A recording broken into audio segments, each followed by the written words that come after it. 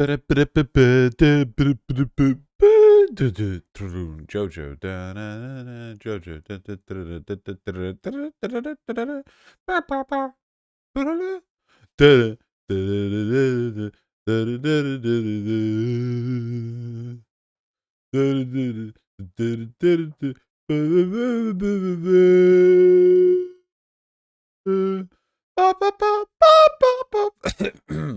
Hi,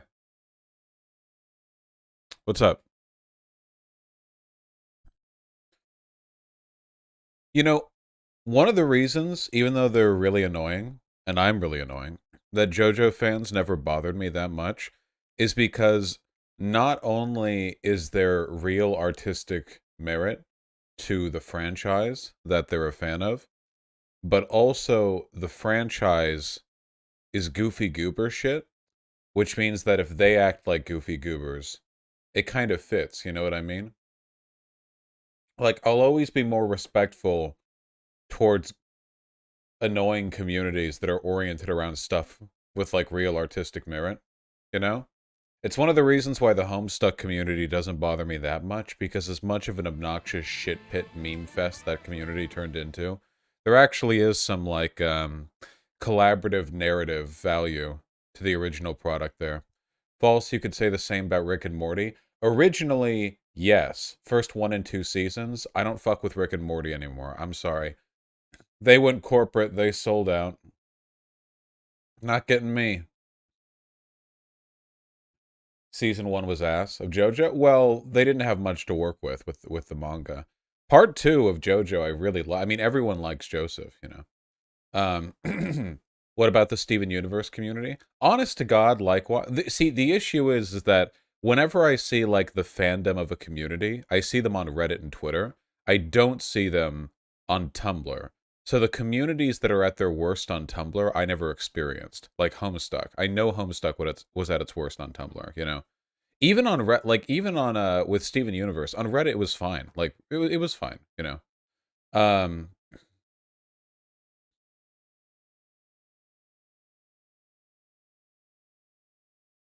Tumblr's better than Twitter these days, IMO. Haven't been there in ages, you know.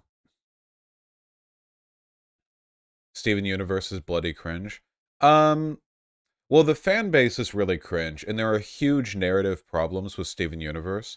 But I think a lot of people forget how the first season of Steven Universe was unironically like one of the coolest things to happen in like all ages animation in the West for a really long time, you know? Like, whatever ended up happening, everything from the beginning to Jasper showing up was like an insane, like, roller coaster ride that was unironically, like, paced incredibly well. And obviously after that, you know, not to say it went terrible after that, you know, I think there were still some really high points after that. But that first season, I think, like, altogether was really, really strong. I just don't watch cartoons. Based. I like animation a lot, you know. Um it's really kind of like a give or take or like an up and down, you know, because the Japanese take cartoons a lot more seriously, obviously, because of anime and stuff. The problem is that 80% of anime is for pedophiles. So the nice thing about Western animation is that even though there's not as much of it, far less of it is for pedophiles. So there's, in that respect, the West stay winning, you know? Tell people to watch Owl House. Yeah, Owl House is good. I like Owl House. How's it for pedophiles? Anime? Have you watched anime? Oh, hey, maybe you haven't. Keep it up. Whew. The remaining 20% is still quite a huge amount of content. Oh, there's a ton of really good anime out there. Yeah, it's just, you know. Yeah. You cut your hair? No, I didn't. It just hasn't flopped back to a middle part. It's the same hair.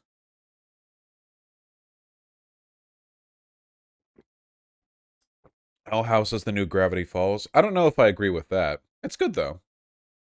Gravity Falls was really unique though. The thing that the thing that really made the first season of Steven Universe special and made all of Gravity Falls special is that I feel like, okay, so they do the same thing like in all these shows they do the same thing, okay? Basically, they come out with an all ages animation, and it's got like a wacky kind of like supernatural premise, and it's episodic, like episode by episode. There's not really much of a continuous plot line except for some underlying intrigue, and then bam, they have the nuclear episode, usually the mid-season finale in the first season, so like midway through the first season, and then they double down on the intrigue elements they established at the beginning, and then kablamo, you have like the crazy overarching shit. You know what I mean? Um, and that's normally how they do it, right? In Steven Universe, everything played through pretty normally until Lapis Lazuli showed up midway through the first season. In Gravity Falls, they established the intrigue at the very beginning, but then halfway through, I think it was at the end of the first season, wasn't it? Where they summoned where they summoned him. What's his name? Come on, the guy, the main antagonist of Bill. Yeah, Bill Cipher, yeah. Where they summoned him. They did this with Star versus the Force of Evil as well. In the Owl House. The problem that I have with the Owl House is that I feel like they're not keeping up that pacing very well. Where even during the episodic bit, you're like really hooked on like the intrigue of what's gonna happen next. Pigeon. Pigeon, why? Pigeon. Pigeon, both doors are open. You can go any. I'm just gonna close the door. Show them Pigeon, because she runs whenever I come out because she wants me to go downstairs. Pigeon.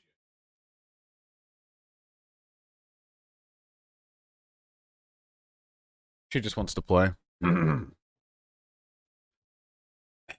How would Avatar fit into this analysis? It wouldn't. Avatar was narrative from the beginning.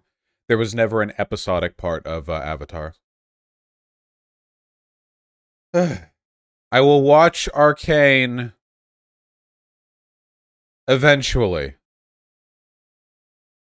Please.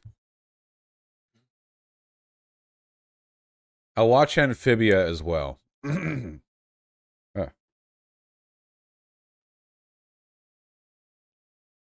We should have watched Arcane with Riley. He was obsessed. Yeah, because he plays League like a freak of nature. League of Legends in the year of our Lord, 2022. Thoughts on Ed, Edd n Eddy? Oh, yeah, dude. In the mid-season finale of Ed, Edd n Eddy, when they really dropped the narrative, the narrative hook, you know? Remember in the middle of the first season of Ed, Edd n Eddy when they unearthed the SCP buried underneath the cul-de-sac that made like Johnny's head so warped, and the Eldritch abomination started appearing? I remember that. That'd be good. Ed, Edd n Eddy would be the perfect show for like freako Eldritch bullshit, by the way. Because I swear to God, like, half the jokes in that show imply something, but like for comedic effect, you know, if they doubled down on that and they were like, nah, it wasn't a joke, you know, life has many doors, Ed boy. Yeah.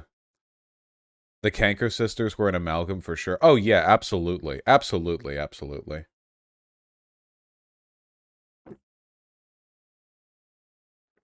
Thoughts on Futurama? Everyone likes Futurama. Everyone likes Futurama. Nobody doesn't like Futurama.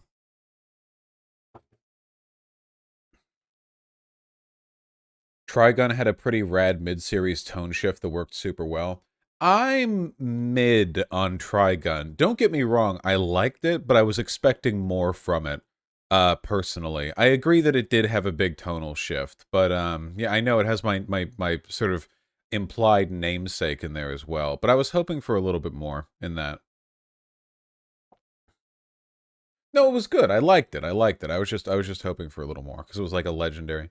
Have you seen Yu Yu Hakusho? I've seen up to the end of the tournament arc. I know it. That's like the big point. Are you caught up in Owl House? Up to I'm missing 3 episodes. I'll get there. Um, I take Samurai Jack over any anime right now. Yeah, it's just a shame that they kind of fucked up the last season of Samurai Jack. Oh, that was such a disappointment. Because the first few episodes of the last season, the 5th season of Samurai Jack, were so fucking good. The first few episodes of the 5th season were unironically some of the best anime, like just any animated media that I've ever seen. Um, but it really started to fall apart at the end, which was a huge shame, which really, really, really sucked. Now, I wonder who like, God. Okay, can I set this up for you guys? Can you just give me a second, okay? I got up out of bed early for me, okay? Just let me have this, all right? So, Samurai Jack was a really, really, really good animation out of Cartoon Network. I'm sure you've all seen it, right? Like the premise is there's a samurai from feudal Japan who fights like a demon, and he has the power to defeat that demon. And the demon casts him forward in time, into the future after the demon has already won the war over Earth. Yeah, a coup. And so Samurai Jack is in like this cyberpunk like interplanetary future with aliens and shit, and Aku is the Grand Demon Lord. Aku, yeah. Really, really good. But anyway, like Samurai Jack wants to get back to the past in order to defeat the demon before he takes over the universe, right? And over the 4 seasons of the original show, he never does it. He doesn't succeed in doing so. Um, he never wins, right? And then to everyone wants a finale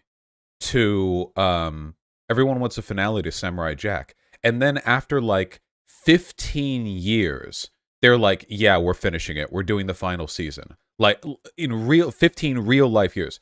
And they do the 5th season, okay? And it starts off so fucking good. It was 13 years?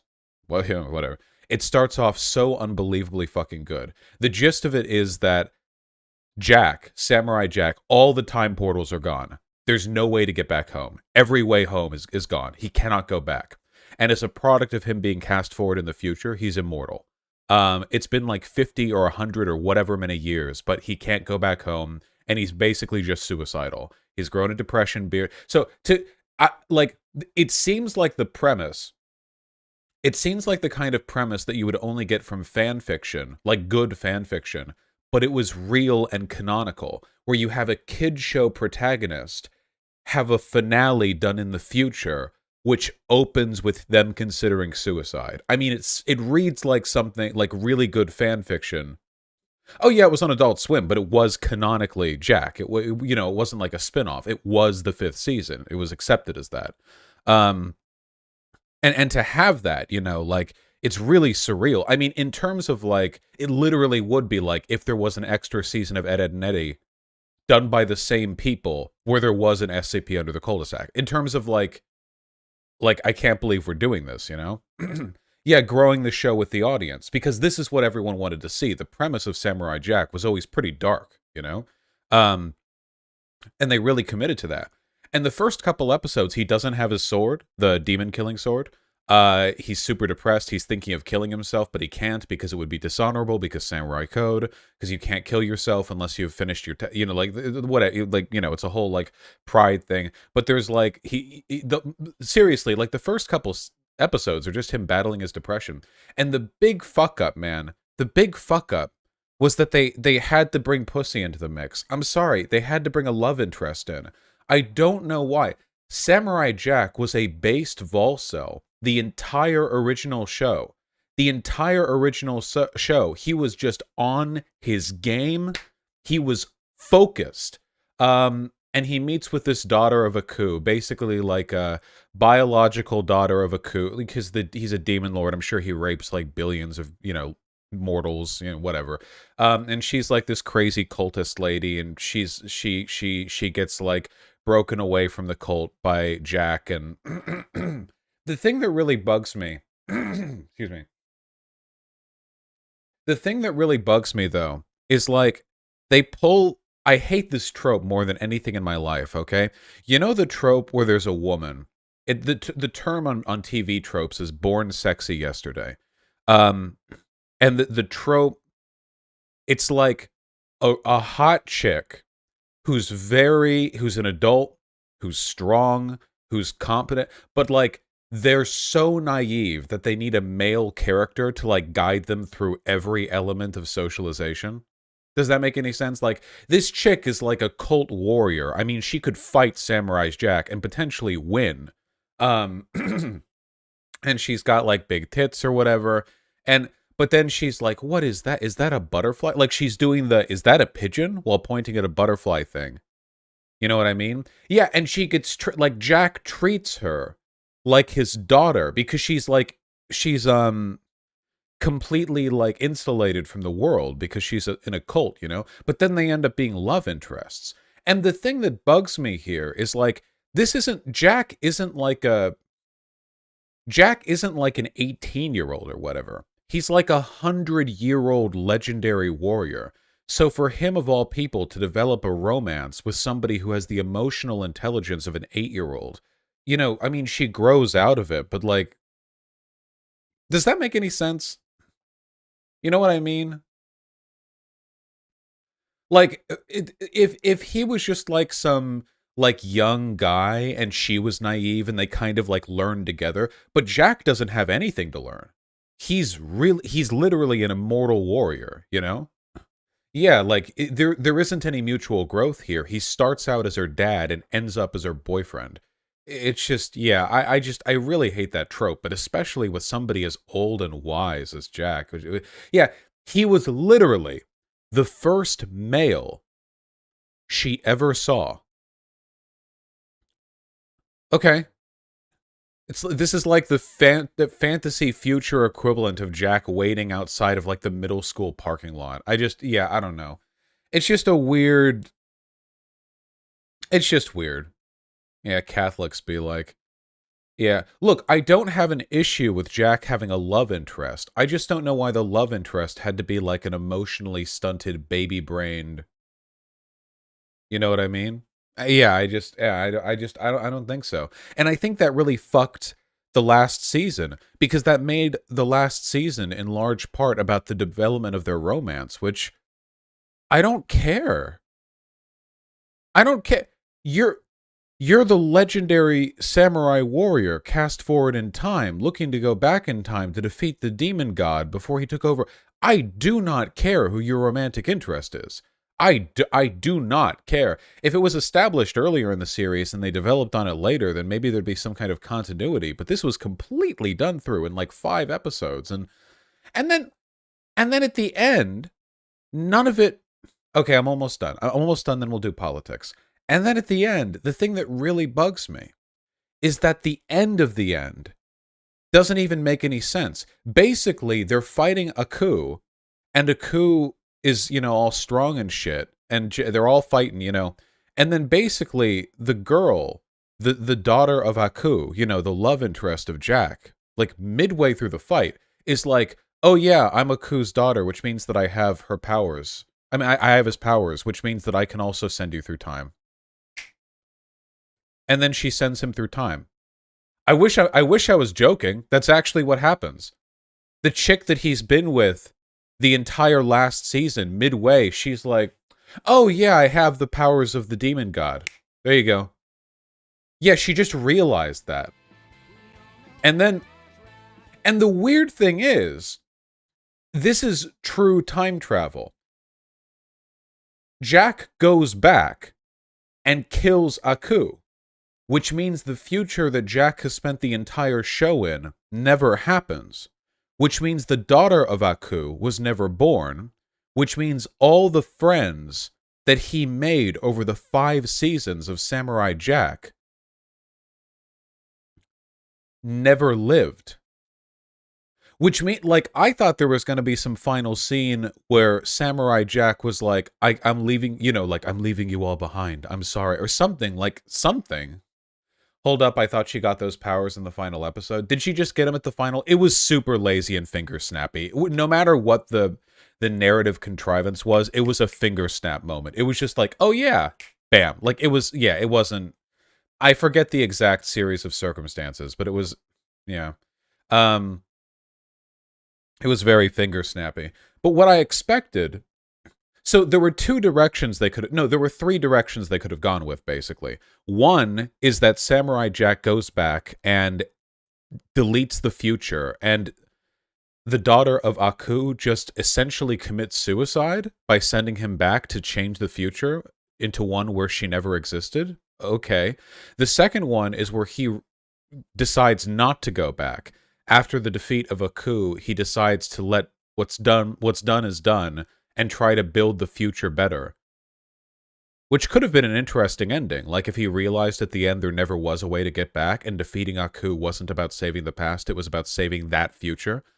I think that would have been a good ending. In fact, I expected that ending. Because otherwise, implicitly, all the people he's met would be dead. They wouldn't exist. All the people we know. We never knew anyone from Jack's time, back in like 1200 Japan, you know?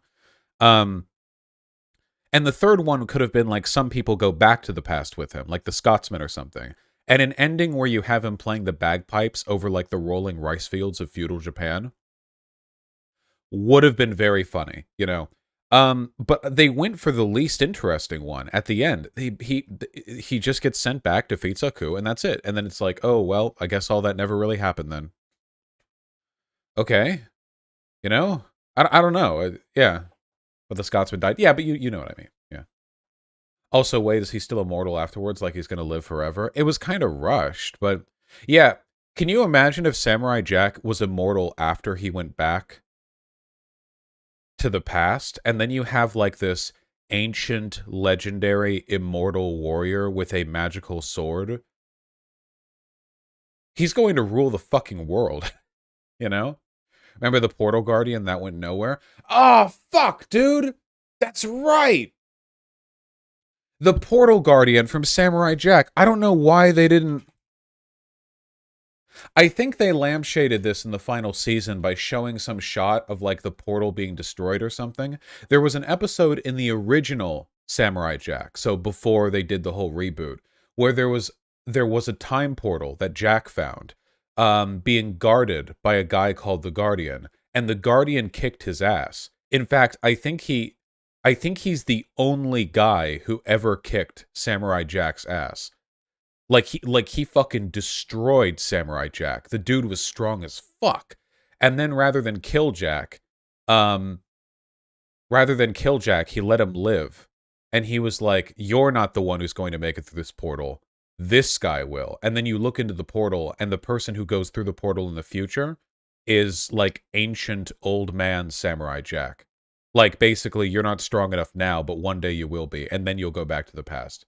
Yeah, he looked like this or something in the portal, I think. Like, one day you will go through the portal, but not today. And he looks like this. But that just never happened. They just retconned that. I think they showed the Guardian dead in in the last season or something. Yeah, it got retconned. Which is kind of a shame because I feel like that narrative continuity would have done a lot to legitimize the end. You know what I mean? Like it would have done a lot to legitimize the 5th season. Sorry, I know this isn't politics, guys. I just got in a tangent here.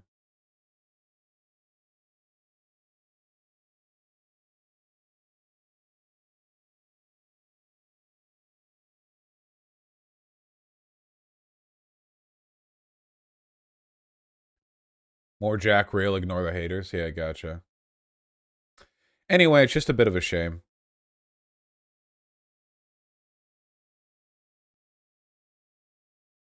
Yeah, media review channel. You know what was a good ending to one of those shows? Unironically, the Ed, Ed and Eddie movie. The Ed, Ed, Eddie movie. The Ed, Ed and Eddie movie was really, really good. I actually really liked it. It was super, super good. I had hella feelings when I watched that for the first time. It felt like the ending to something that I never thought would get an ending. Yeah, the Big Picture show. Yeah. There was a movie? Yeah, yeah, it was really good too. I won't spoil it, but it was really fucking good. Um there's a new one? No, there's just one movie, The Big Picture Show, but it was really good. It capped things off in a way that I didn't expect them to. I'm not going to spoil it in case you want to like see it or whatever, but yeah. I got all emotional cuz that was my childhood. Well, it didn't feel like it'd be such a serious send-off. Should we watch the whole show to watch the movie for Ed, Ed and Eddie? At least like a dozen episodes of the main show. It's all episodic. There's no narrative in the main show, but like I like the main show, so watch it, you know?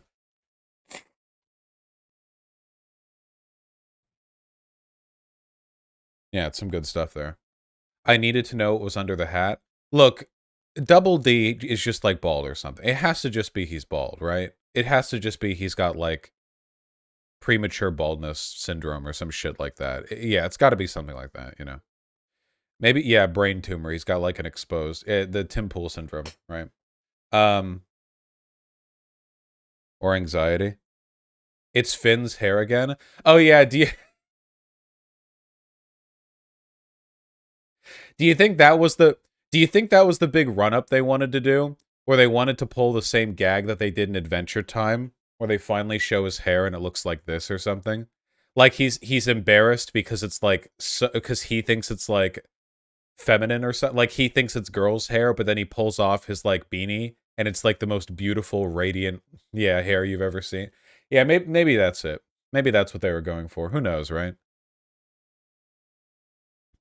Ever watched The Iron Giant? The Iron Giant is like a sleeper hit. When I grew up and realized that The Iron Giant wasn't like the most popular movie of its decade, I lost my shit. It's so good. Like it's unironically a tremendously good movie.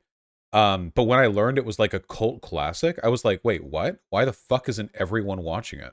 You know? Like why hasn't everyone watched it? It's so good. We gotta rewatch. Yeah, we totally have to rewatch. It's so good, you know? Holy shit. Personally, I think one of the big reasons why it didn't like really take off was because it was so critical of like American chauvinist Cold War propaganda. You know what I mean? Or like Cold War like paranoia. I like because that movie was very political. The Iron Giant, like very, very, very political. I wonder, I wonder, if I could look up. I wonder if there were like people protesting it back then. It came out in the '90s, so it was after the Cold War ended. But you know, yeah, the the woke mob. It wasn't popular because it was 3D animation? Well, the only 3D in there was the giant, right? Everything else was 2D, wasn't it? I would have to take a look. It was a very, very good movie. Yeah. Um, it's a very, very, very good movie. Basically, yeah, to not to spoil, even though it's like a 30-year-old movie. So, yeah. Not to spoil or anything, but the in the Iron Giant, the good guy, like the protagonist, is like the beatnik, like hippie artist, and the bad guy is like the upstanding military detective. You know, it was like a reversal of traditional narrative expectations. Um, it's a very, very good movie. It's such a good movie. Yeah. Literally had great 3D animation. Oh, it looked great. Yeah, it looked great. Have you seen the new version of the movie where they added 2 new scenes to it? No. No, I have no idea what you mean. Have I seen the documentary on the making of it? No, no, I haven't. I haven't seen it in a really long time, but I have some of the memories of that movie like burned into my brain. Does it hold up? There is no way The Iron Giant doesn't hold up. That movie fucking bopped. Also, by the way, I just have to say, okay? Remember how earlier we were talking about high narrative stakes? Find me a movie with a higher ramp up of narrative stakes than The Iron Giant, okay?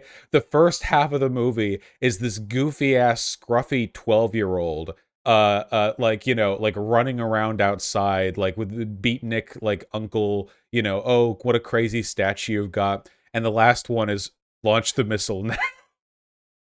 Jesus Christ. It had poor marketing. Fuck, it was a good movie. Welcome to downtown Coolsville. Hey, god, yeah.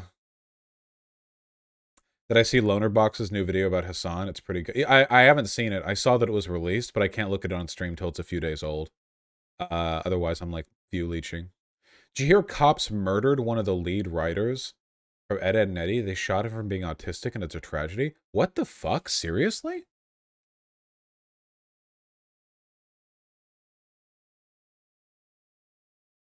Jesus Christ! Back in 2007, Paul Boyd, an animator, shot and killed on August 13th, 2007, by a police officer, Lee Chipperfield. Fuck, imagine being killed by a guy called Chipperfield in Vancouver. A video recorded by tourists showed Boyd being shot 9 times after wielding a bicycle chain at officers who came to respond to a disturbance involving him. A bicycle chain? The ninth shot that struck Boyd was fired while he was on the ground. The officer who shot Boyd was cleared in the death. The use of force was criticized by many of Boyd's colleagues and relatives. Damn, good thing they didn't get hit by that bicycle chain 9 times. In Vancouver as well. We can't even blame American cops. He wasn't autistic, but he was bipolar. Bicycle chain. In his 20s, he was diagnosed with bipolar disorder. Fuck, that's what I have. An illness for which he received constant and usually effective treatment. He lived with his illness for almost 20 years. Vancouver Police Department. Classified as a lethal weapon in Canada. A bicycle chain? Who dies to a bicycle? I can't think of a single news story of a person being killed by a bicycle chain. Okay. How long do bicycle chains even get? Like 2 feet? Like, I'm trying to envision, like, the lethal force. Like, the lethal capacity. You can be choked by chains. You could be choked by anything. I'm trying to think of, like, how much force there'd be behind, like, a hit. No, I know you can kill someone with anything, but you can't classify, like, every physical object as, like, a lethal weapon. Like, if you hit a person in the head hard enough with an Altoid mint tin, like, you could kill them with that. But if I was wielding this at a cop, I wouldn't want them to shoot me and get off for it, you know? Yeah. Fuck, there's a tourist video footage of it. Okay, yeah, I don't want to look into this. Come on.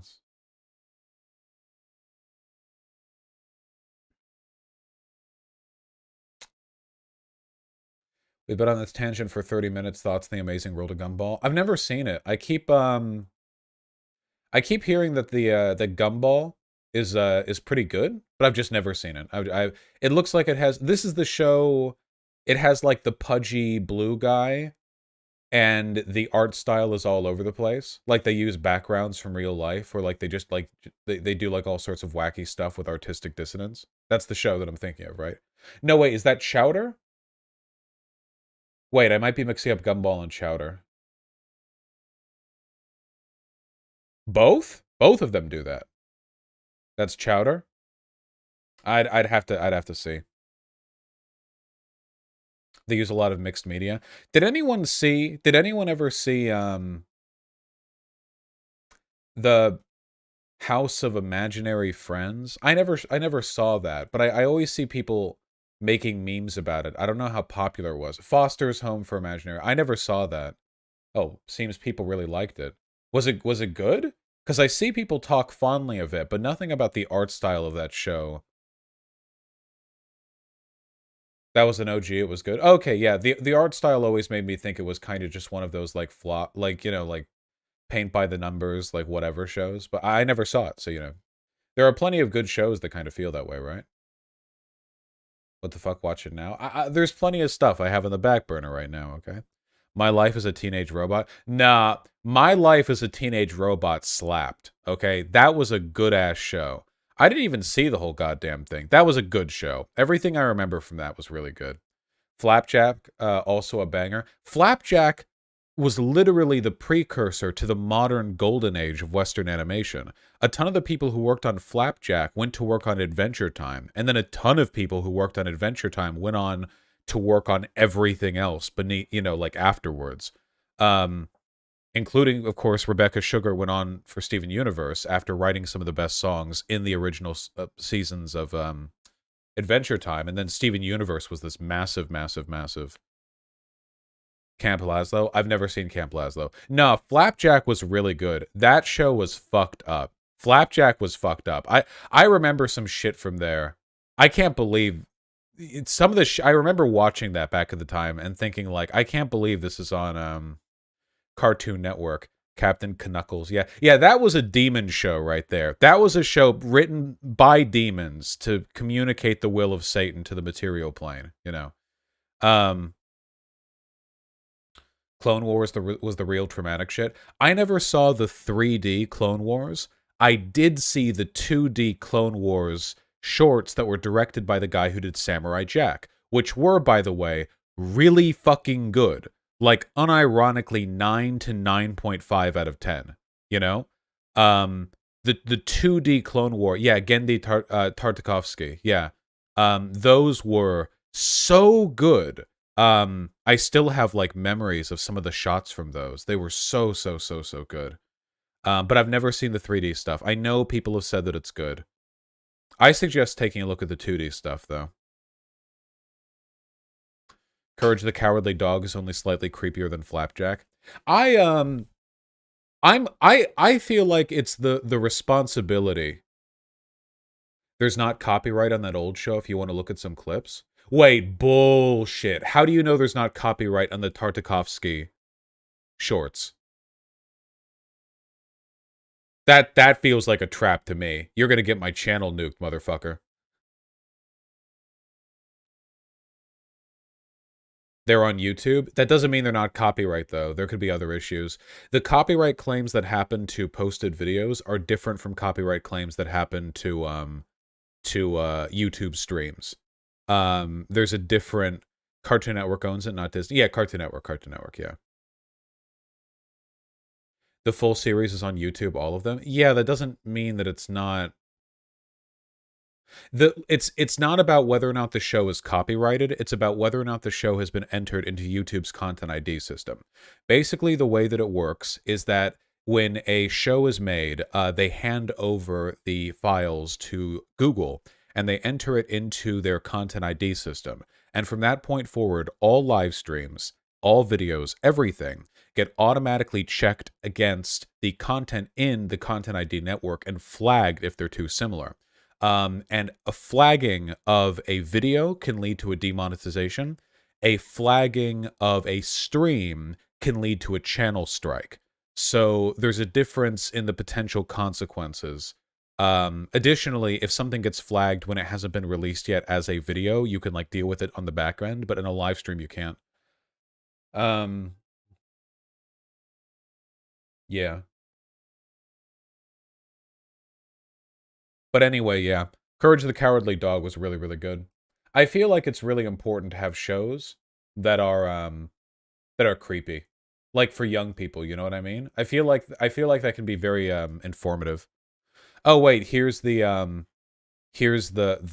family tree of animation. Oh my god. Oh god. Okay, hold on. Okay. Modern cartoon family tree. Two Stupid Dogs, which I never watched, but okay. And then we have, well, there's Tartakovsky, Rob Renzetti, Paul Rudish, and Craig McCracken. Okay, so My Life as a Teenage Robot was good. This is that Disney Playhouse Mickey Mouse show, right? All right, so, okay, oh god, we've got so much shit here.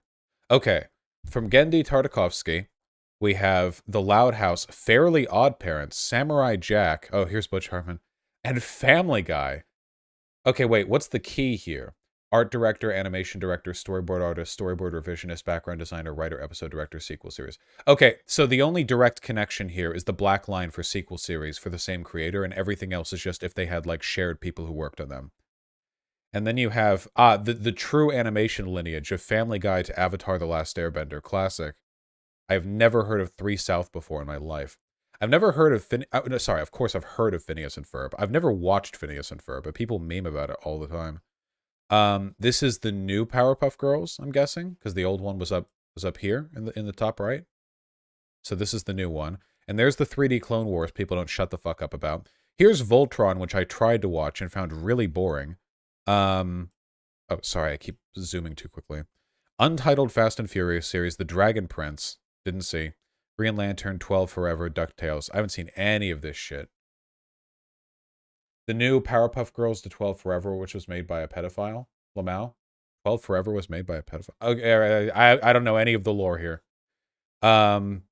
Mighty Bee, Wander Over Yonder. The only thing that I remember about Wander Over Yonder is that there's a chick in there who felt like she was older than everyone else. Wander Over Yonder Lady. I just remember seeing somebody draw art of her one time. And I was like, wait, doesn't that show have like babies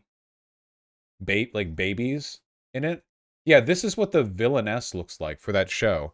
But everyone else in that show, it looks like a blob drawn by a 4-year-old. And then the villainess comes out.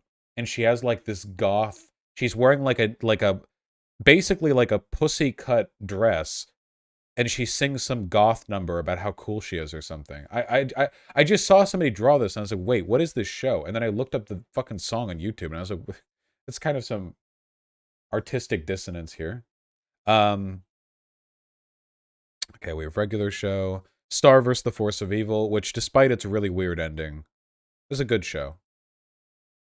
DuckTales, She-Ra, Infinity Train. Okay, if you're gonna see any of the shows from here, watch Infinity Train. This show is really fucking good. Like, I think that Infinity Train unironically elevates, like, the all-ages animation genre in a way that the other shows here, like, haven't, in my opinion. I genuinely think it does, you know? It's really fucking good. She-Ra is fine. She-Ra's fine. There are some good parts to She-Ra. I feel like She-Ra was kind of like a magnet for all the annoying 14-year-old gays on the internet. So maybe like they're keeping them away from the rest of the shows. The line here is Steven Universe to She-Ra in terms of like the magnet for the annoying 14-year-old gays. Only fine. There were parts of She-Ra that were good, but like okay, can I just say, like, there was no part in any episode of She-Ra that ever, like, shocked me? Like, everything that happened in She-Ra was like, yeah, that was the thing that was going to happen. Like, it felt like the very obvious, like, linear narrative progression of the pre-existing set pieces. Okay, yeah, I don't want to... It's fine. Let's not yum yuck, okay? We have MLP, Friendship is Magic, which I've seen one episode of and immediately didn't like it, but I'm glad other people have fun, I guess. And the goddamn OG. The goddamn Flapjack. Everyone's got to watch this, okay? This show is an SCP, all right? This show is like Demon Spawn, okay? It looks so ugly, though. Well, yeah, it's an SCP, okay? It's very iconic, yeah. Made by a demon. Very, very good. And then we have the next OG, Adventure Time, which, like, not to say Adventure Time is always amazing, because it's not, but, like, it's fucking Adventure Time, you know? The thing with Adventure Time, the thing that's crazy about Adventure Time, is that, like, it has the biggest variance in terms of, like, my interest levels in an episode. Like, you can have like 6 or 7 episodes in a row that are like snooze fests. Like, it's just boring, not even B characters, C characters doing their shit, you know, very, very boring.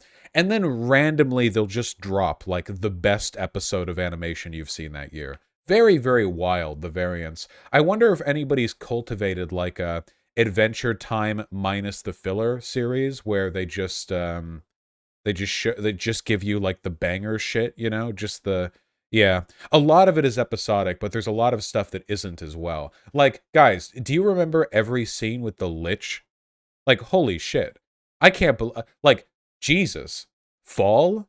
There were parts of Adventure Time that were like compete with the highest level of high quality, like even adult animation sometimes, just in terms of the like the feelings that you get, you know. But and then a lot of it is just like weird, yeah, a lot of variance there.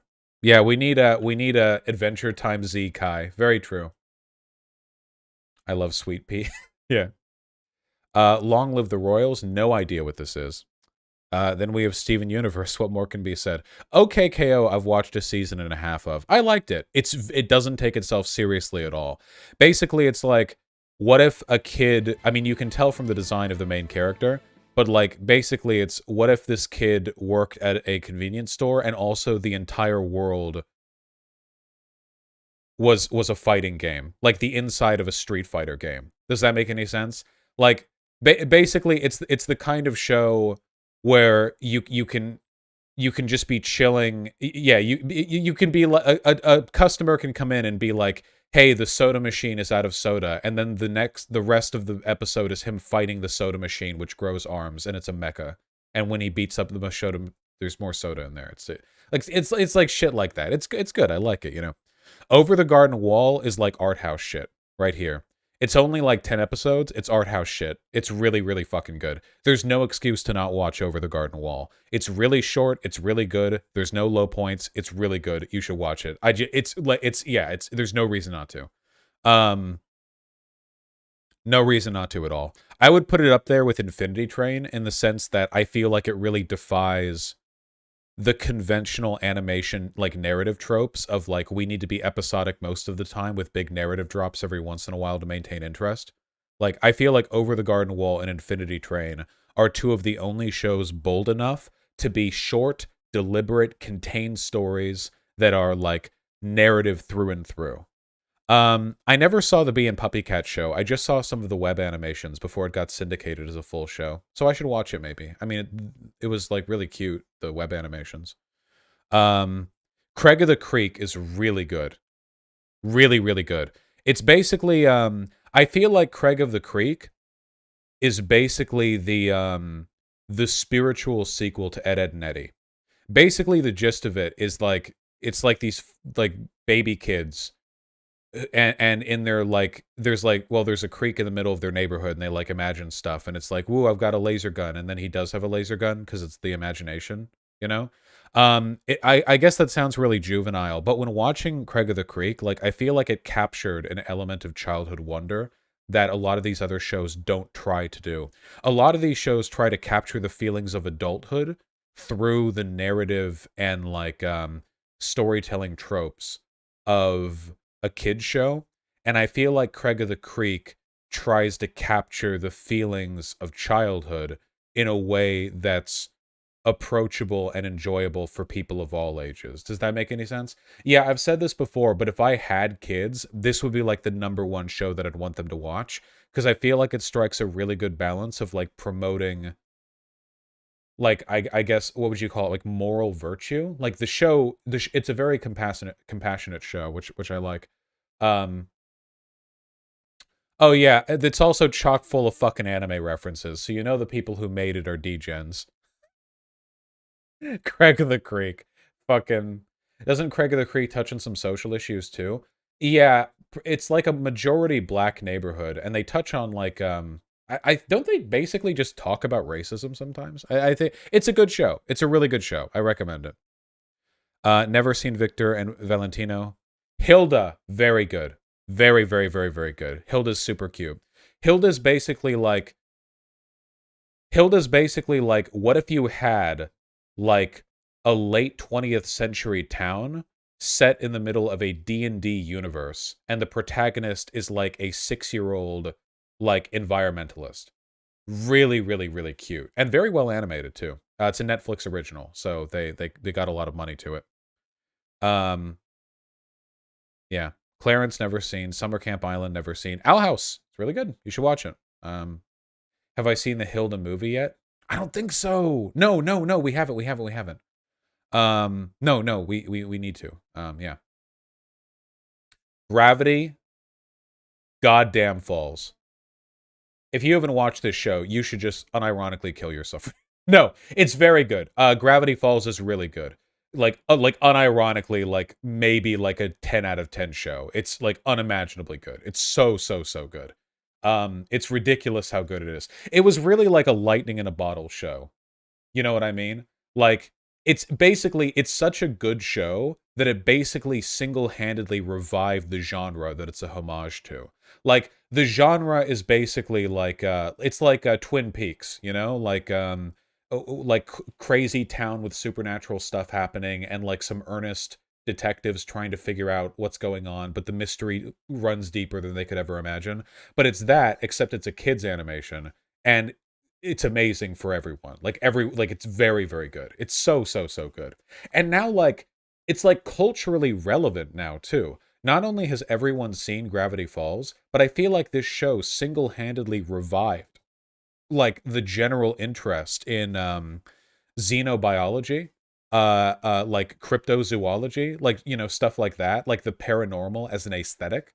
I've seen so much more of it since this came out in what 2012, 2011, something like that. What else has followed that formula since Gravity Falls? I can't think of anything that's like a direct successor. The only thing I can think of for those of you who care about Mabim Bam at all, or the Adventure Zone, is that the second arc of the Adventure Zone, I forget what it was even called, but one of the guys, like, they basically just do Gravity Falls. The second arc of Adventure Zone is basically just them doing Gravity Falls, you know. They literally have one of the fucking players, the guy the dad plays, literally is just is the Uncle Grunkle Stan. Amnesty arc. Yeah, yeah, yeah. Thank you. Never saw the Tangled series. Never even saw the movie Tangled, by the way. And then we have Amphibia, which people keep saying I should watch. I watched like 3 episodes of it. It was like too juvenile for me, but people say it gets better later, and maybe they're doing the same meme that like all these other shows do. Like Steven Universe, the first couple episodes were pretty juvenile as well. I mean, a lot of these shows do that, right? Star as well. I felt the exact same way about Star, but it always gets but then because they always do the same thing. They're like, "Okay, we need to like convince the network that we're okay for kids with the first couple of episodes." And then once the network isn't looking, it's like, "Okay, now introduce the backstory lore where this whole species was genocided," you know? You know what I mean? Dude, they always do that. They're always like, "Okay, have we gotten rebooted for a second season?" Okay. So anyway, as I was saying, the reason these people aren't around anymore is because they were slaughtered in a massacre. It's like, okay, it's like, all right, well, thank you, you know. Now we drop the lore bomb. That's one thing that I respect. Drop the genocide. That's one thing that I respect about Avatar: The Last Airbender. They dropped the genocide in the 3rd episode, and they got the reboot anyway. On Nickelodeon, too. Steven Universe had the most genocide. Steven Universe got too big for its britches, okay? The amount of death implied by Steven Universe is like Lovecraftian in scope, okay? It's literally like the Diamonds committed a galactic genocide against all life that wasn't their own, and then genocided their own life for the funsies. We're talking trillions of things dead. And then at the end, the finale of Steven Universe, they're like, "Hey, White Diamond, you look like real goofy, being all emotional. Have you tried not doing a genocide anymore?" And she's like, "Fine, I'll stop." I'm telling you, they should have executed those diamonds at the end of Steven Universe. This is the big thing people complain about with Steve. Well, there's a lot of things they complain about. I still can't believe, dude, what if they had retconned that in Steven Universe Future? I liked Steven Universe Future. Basically, Steven Universe Future was about the protagonist of Steven Universe being like depressive after like they solved all the problems in the world or whatever. What if they were just like, yeah, no, like we're retconning. He's just gonna fucking kill the diamonds right now, you know? Hitler did the same thing with Stalin. Oh, compared to the diamonds in Steven Universe, Hitler is like a baby cherub being painted on the margins of a Sistine Chapel painting, okay? The diamond, listen, there's nothing a human has ever done that comes close to what the diamonds are stated to have done in Steven Universe. Nothing else even remotely compares. It's literally different universes. Explain the scope. No, I'm being serious when I say galactic genocide. The whole thing with the diamonds was that their species reproduces by feasting off I don't know what you call it, the terrestrial energy of a planet, because that's where they grow the diamonds from the nutrients in a planet. But this is a process which does not require the existence of any biological life on the planet. They just need the rocks, you know. So by waging wars across the galaxy and winning all of them, they just killed all non-gem species. They ate the galaxy. I mean, literally, like, we're basically talking Tyranid from 40K in terms of, like, the functional consequence of what happens when they arrive into a star system. Like, they're Galactus. Yeah, you can compare them to Tyranid or Galactus or whatever else, but they are very bad. They are very, very, very, very bad. And then at the end, like, you know, Steven Universe is like, can you not do that? That's like super cringe. And they just agree, you know? Yeah, I don't know. The thing that really bugs me too is like, why at the very least did they not disempower the diamonds at the end? Like, there had to be some in-show, like, narrative thing, like, yeah, you can continue to live, but you're going to spend the rest of your life as, like, the weakest version of your gem. We're gonna, like, break off a facet of you, or bubble you, or something, like, anything, like, just some kind of, like what ATLA did? Yeah. Well, that's the thing they did at the end of ATLA, which I was fine with. You know, Aang was a pacifist. He wasn't going to kill anyone in this kids show, but they couldn't just like change. That's one of the things that I really, really, really liked about Avatar: The Last Airbender that no one else had the fucking balls to do, by the way. At the end of Korra, even, you know, it's always this change of heart bullshit. Ozai did not have a change of heart because he was a fucking monster, and they didn't even pretend to give him one. Fuck that. No, they were just like, we're not giving you a change of heart. We're just going to cripple you. You can't bend anymore. You know, fuck you, rot in jail. Did Kuvira have a change of heart? Yeah, she did. Wasn't she crying at the end? After Korra blocked the laser from that mecha, she was, yeah. Kuvira was like, I can't believe you would do that for me. If Kuvira was a realistic character, she would have like tried to shoot Katara right then, you know? Like Katara would be like tired because she just did the big spirit blast thing, and Kuvira was like, thanks! Bang. Well, they didn't have guns, you know, but you know what I mean, right? Oh, sorry, Korra, not Katara. Shut up. Whatever. All Water Tribe people. There's no trope that I hate more than the hero killing a bunch of henchmen and shit than they spare the villain because the I'd just be bad as them or some goofy shit. It is the worst trope. It is the worst fucking trope. Wasn't she written as like a sympathetic fascist? Yeah, basically. Like they do this bullshit where Kuvira is a literal like, I say fascist a lot, and I mean it every time, but with her, they might as well have shown her with the armband and the goose step. I mean, she was just Hitler. Like, literally just Hitler. And everything about her was just Hitler-esque, you know? And then she's you know, doing the mecha battle shit or whatever. And then she has this little breakdown at the end. She's like, oh, I can't believe you'd be so nice to me. Do you think they would have done that with a male? Like, can we be real here? Like, if instead of Kuvira being a hot mommy dommy like a warrioress or whatever, it had been like some mustache dude in his 60s, I don't know, maybe, but like, it does not escape my attention that the representative of fascism that they chose for this goddamn kid show is like this hot as fuck. Oh, and the thing is, here's the real unrealistic bullshit. Kuvira is competent. Fascists aren't competent. They're militant and aggressive. They're not competent. Kuvira is competent. She's exceedingly competent. She wins at everything she does. Look at the history of Hitler, you know, whatever. Like, they fail their way up. They're losers. And then they're like, okay, listen up. We've got a villain for you, okay? She's like a fascist, but she's like super hot. And she's like great. And like, we're gonna, you know? And the only way we're going to indicate that like she's a bad guy and that we think she's a bad guy and that she's not just like, you know, a really strong utilitarian good guy is we'll give her like evil looks sometimes, like, ooh, evil, you know?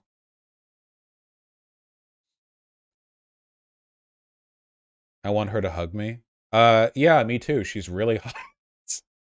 Yeah, who doesn't? It's fucking Kuvira. Everyone wants to fuck Kuvira. She's literally the most fuckable character in the entire show, and they were like, "Yeah, we'll make this one the Hitler allegory." Yeah, get in line. Get in the simp line. Is there a spoiler warning? We're not. These go watch shows before I do. If you want a fucking spoiler warning, warn yourself. God damn it. What about Asami? I don't give a fuck about Asami, dude. Listen, okay? Asami is too... First of all, Asami is way the fuck too high maintenance, okay? Absolutely not, alright? Asami's basic? I don't know if I'd say that. Jesus. Calm down. Okay, what are we doing? Wasn't there something else I was going to say? Oh yeah, listen, we all know anyway. The real fuckable quote-unquote villain, Chat Kuvira's 21. She's 21?! They made her the fascist Führer of the fucking resurgent empire, and they made her 21? No wonder they're supposed to make us sympathetic to her. She fucking conquered the entire... Jesus Christ. She's like Alexander the Great or some shit. Jesus fuck. 21. She doesn't even look 21.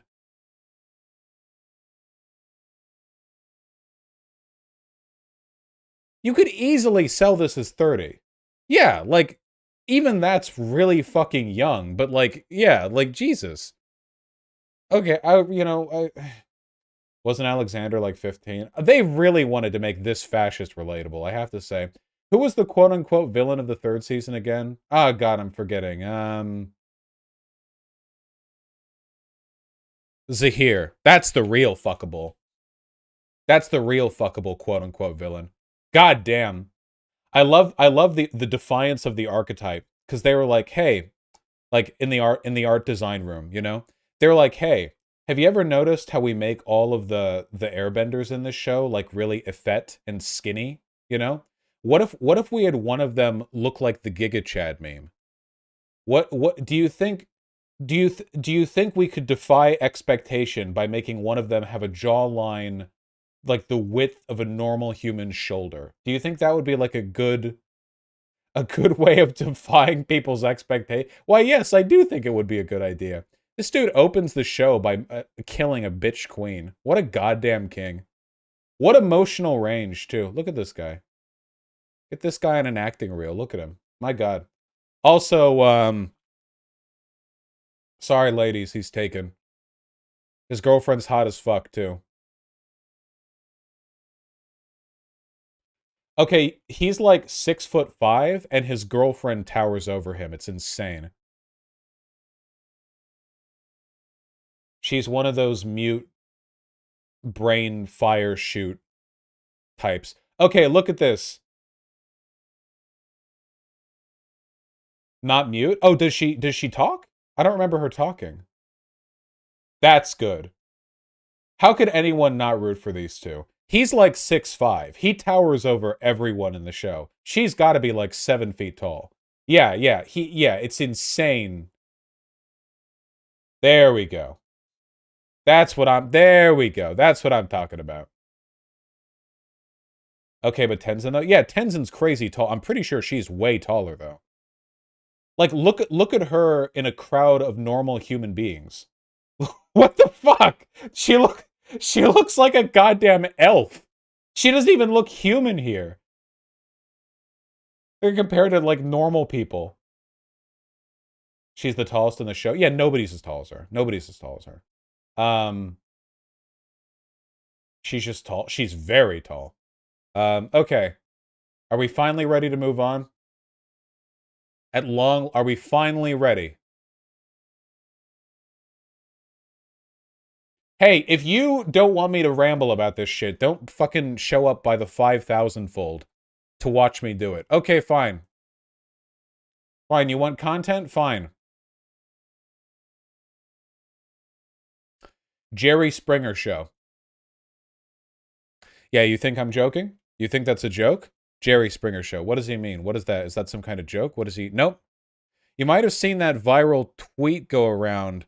I saw this and, oh, yeah, see, I know it's coming. Yeah. Some of you know. We watching the full episode? No. Now, we'll see what we can do here copyright-wise, but I saw this going around. First season of Jerry Springer, they have a goofy goober segment here. They bring a family up, the racist family. A couple of clips here. I want to see if I can get away with not hiding the visuals here. There's a story that I'm getting at here, by the way. Yeah. I knew this was coming. Oh, see, here you go. Yeah, the episode is called The Racist Family. How racist? Well, okay, here's the 12-year-old racist. That's not a joke. That's what the yellow text says down there. Can you see that? See, this has been archived because this has been, like, taken off the... it's very difficult, apparently, to get your hands on Season 1 of Jerry Springer because it plays out like 2019 Vosh YouTube content, you know? So, listen, we keep it buried. We keep it hidden. But yeah, here we go. 12-year-old racist. I'll see if I get a copyright flag. Just enjoy. What do you think about blacks? There's nothing wrong with them, but you should race mix. But you wouldn't kill them? No. Kill Jews? You just send them back to Africa. Yeah. That's where he came from. But you all brung, but you all brung us here. No, You all brung us here. the Get ready. Jews brought you The here. Jews did. The Jews brought you Paper here. that we gave you. White Christians had nothing to do with it. Applause. How this look? Well, if your four white fathers thought we was some monkeys and some dogs and stuff, why did your four white fathers rape us for my four ancestors or the rest of these four ancestors in here? Why did they rape us? Also applause, somehow. Why did they rape us? Or why did they beat us and stuff? Why did they touch us? Because I heard nobody don't touch You're no gonna have to monkey. repeat that. I can't understand what you're saying. There we go. The classic. Now, why are we watching this apart from the unbelievable surreality of this content? Well, we're just going to have to go a little... Yeah, the original culture war. We have to go a little further to truly understand. You know, this is just Republicans in current year. Yeah, well, you know, the girl at the end there is 14, I think. This one. I know it's hard to tell because this abominable hairstyle. This hair, you know, what is this hair? Is this like 80s? I hate this hairstyle. I feel, is it 90s? I don't know. It can make anyone look any age because, like, you know, ugly is age non-dependent there. She looks 30. Well, she's 14 apparently. Excuse me, I'm a Jew, and I just like to say that, you know, in our Bible it says that you're like animals. What Bible are you reading from? The Bible that was made a long, long time ago. And your Bible was just made because you wanted to. Why did you make a Bible? The Jews crucified our God. The what? The Jews are responsible for crucifying our God. Well, I just want to know, why don't We talked about this just yesterday on stream. Totally apropos. you like Jews? They're just like you. They have 10 fingers, 10 toes. They have the same hair. Just why don't you like them? What a goddamn king, right here. What a goddamn king. The warrior of Christ showing up to these false, these heretics, showing them the true word of Christ. Mutual love and peace. Mad, mauled. Mauled. What? How am I going to like somebody that crucified my God? Excuse me, the Jews did not crucify your God because crucifixion wasn't a Jewish way of killing somebody. It was a Roman way of killing someone. Yeah. I'm actually really impressed that, yeah, that talking point in mine. It's, you know, it's yeah, okay. All right. No response. Yes. Wait, is she thinking here? Wait, hold on. Wait, that's right. The Romans crucified, not the... Yeah. Wait. Yes. Where do it say that, will you tell me... Side note, thank you for bringing literal fucking 2-year-olds to the racist family Jerry Springer showing. What are we doing?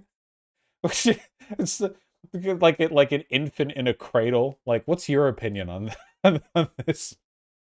Where do it say in the encyclopedia or anywhere else that blacks are not supposed to be in this world or anything? Tell me where is that at? Where did...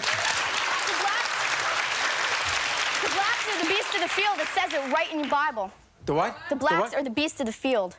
Why don't you pick up a no Bible and claps start there. reading instead of just... I'm Christian. I'm just like you, but I don't think it's right to be against all these people. We're all equal. The second warrior of Christ emerges. The divine inspiration radiates from the heavens directly into the minds of these Christ-like warriors. Let's go. You have a right to your beliefs, and I have a right to my beliefs. Oh, I love that. Wow, discourse really hasn't changed, huh? She's like, yeah, I think you're all subhuman and, like, deserve to die, basically. And the kid's like, no. And she's like, well, free speech, you know? I love that. It's very good. Well, you have a right to your beliefs, and I have a right to my beliefs. Nothing changes. I didn't come here to force this into your mind. I was asked to come here to explain how I feel. Okay, we're almost done. Hold up with me here. Okay, so we're only looking at the kid. These are the kids of the racist family, you know. I think the adults. Or is this the same? Wait, is this different thing? Oh no, this is a totally different thing. Sorry, I was thinking of a later clip. Here we go. This is it. This is what I was thinking of. This is the dad, I believe, right here. Sorry about all the weird formatting. Again, you know. That's all. Why would you want to separate all the blacks from you guys? We all are the same kind. We come from God. Okay. God brought us down from Is here. black The third is warrior black of beautiful? Christ. Yeah. Oh wait, hold on. The bait. Beautiful? Yeah. Then keep it beautiful. Keep it black. What? I love this so bad. Okay, so clearly this is like a 2-point response, right? Because okay, so clearly this guy, just judging from his appearance, the most racist human to have ever lived. But you know, if they say yes, it's like keep it black, but he doesn't know, like the average person isn't going to think that's an anti-race mixing thing, you know? But if they say no, he can be like, haha, yes, because white people are better. But I love the confused clapping at the end, because like a normal person will never hear keep it black and think like, ah, yes, miscegenation is a moral wrong. Keep it black. Yeah! Whoa. That's all. And you have this Jewish kid raising his hand. What? I don't even know what's going on here. It's phenomenal stuff. But then they post this picture, which when I saw this last night, when I was seeing this clip from it, I burst out laughing at this. This is incredibly fucking good. This I love this. I can think of a. This is good. This is very good. Okay, why are we going over all this? Again, it's very, very funny, for one. It's incredibly funny. Watched the other video, it was crazy, a fight broke out. Yeah, but that's like a whole other different thing, you know? Where one of yeah, Wakanda. Stop! Okay, listen. So why are we talking about this? Okay, anyway. Damn, where was the,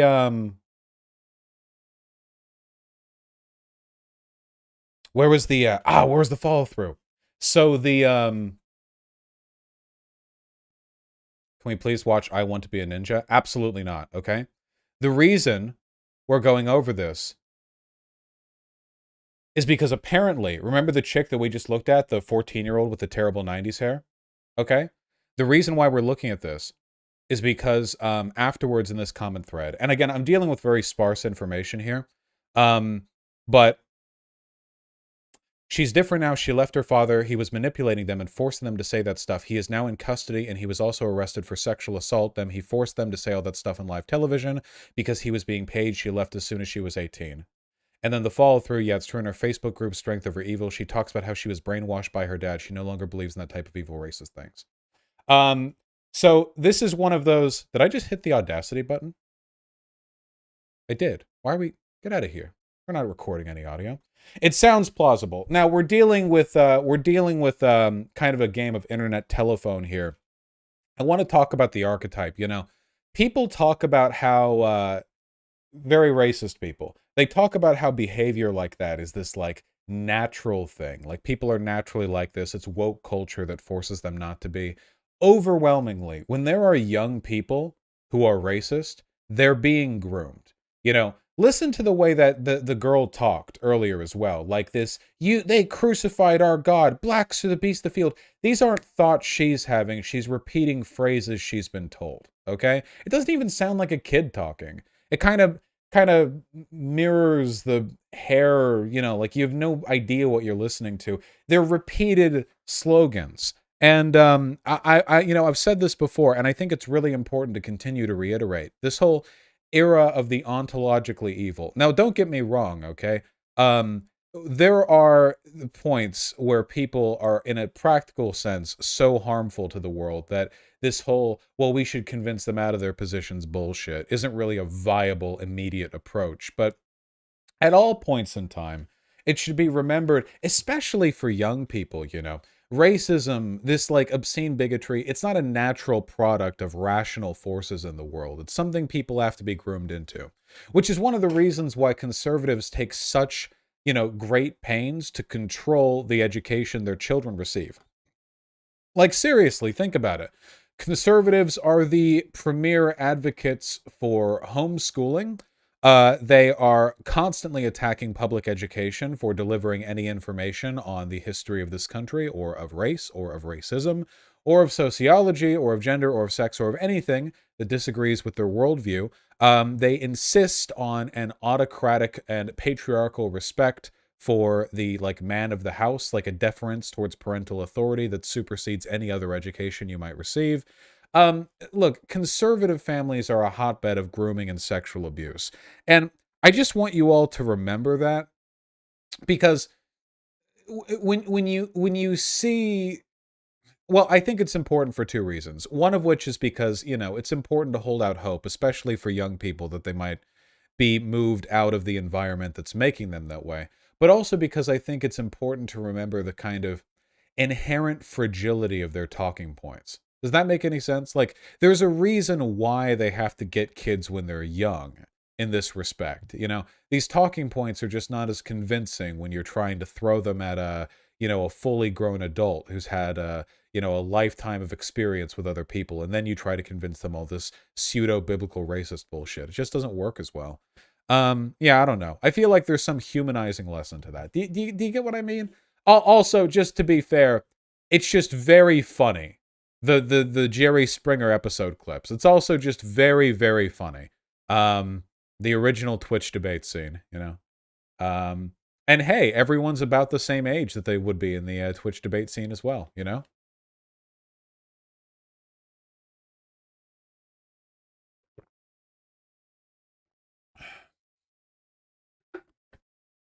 Please convince Taftaj of what? That the Jews didn't kill Christ? Did you hear Richard Spencer debating someone? Why the fuck would I pay attention to what Richard Spencer is doing? That guy's beyond irrelevant. He is a warrior for Biden, though, so that's good. That's important. XQC watched a video which talked about the cracker drama, so you appeared briefly on his stream, lol. Nice! My power rises. You should talk about the baby formula shortage. Yeah, I should, yeah.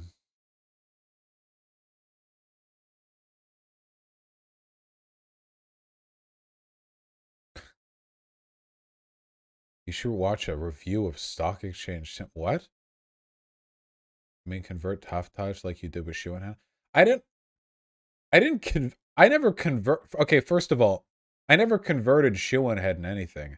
I think it should be abundantly clear at this point that despite all the memes about Shuanhead just taking her political positions from me, I never in any way changed Shu's opinions on anything.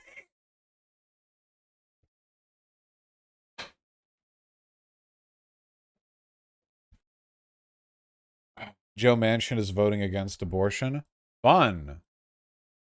Democrat Joe Manchin says he will vote no on guaranteeing abortion rights. Thanks, Joe Manchin.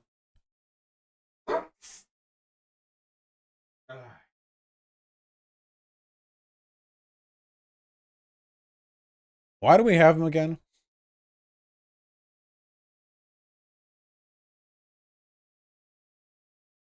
Did you see Destiny's debate with James Lindsay? No? No, you're not going to watch the Loner Box vid, but a couple of Hassan fans left comments. Did they?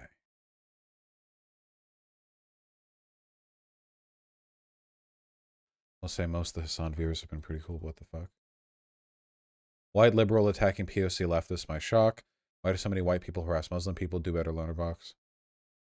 These are memes, I assume. Isn't Hassan literally self-identifies as white and isn't Muslim?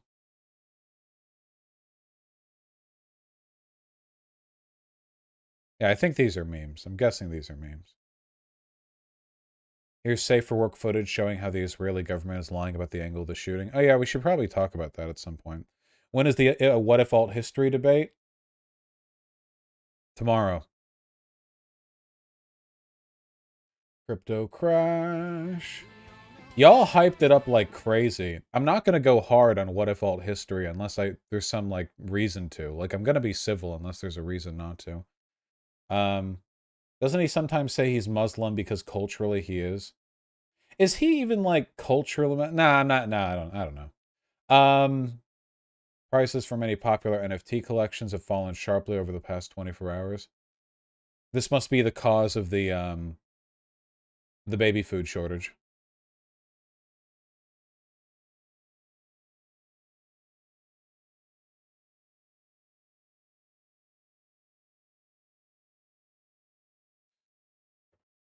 Many of the most valuable NFT projects fallen by 20% or more. Most major projects are downward significantly. The whole NFT buzz is really one of those things. It's one of those, this may seem harsh, but I hope everyone involved in this story dies type deal.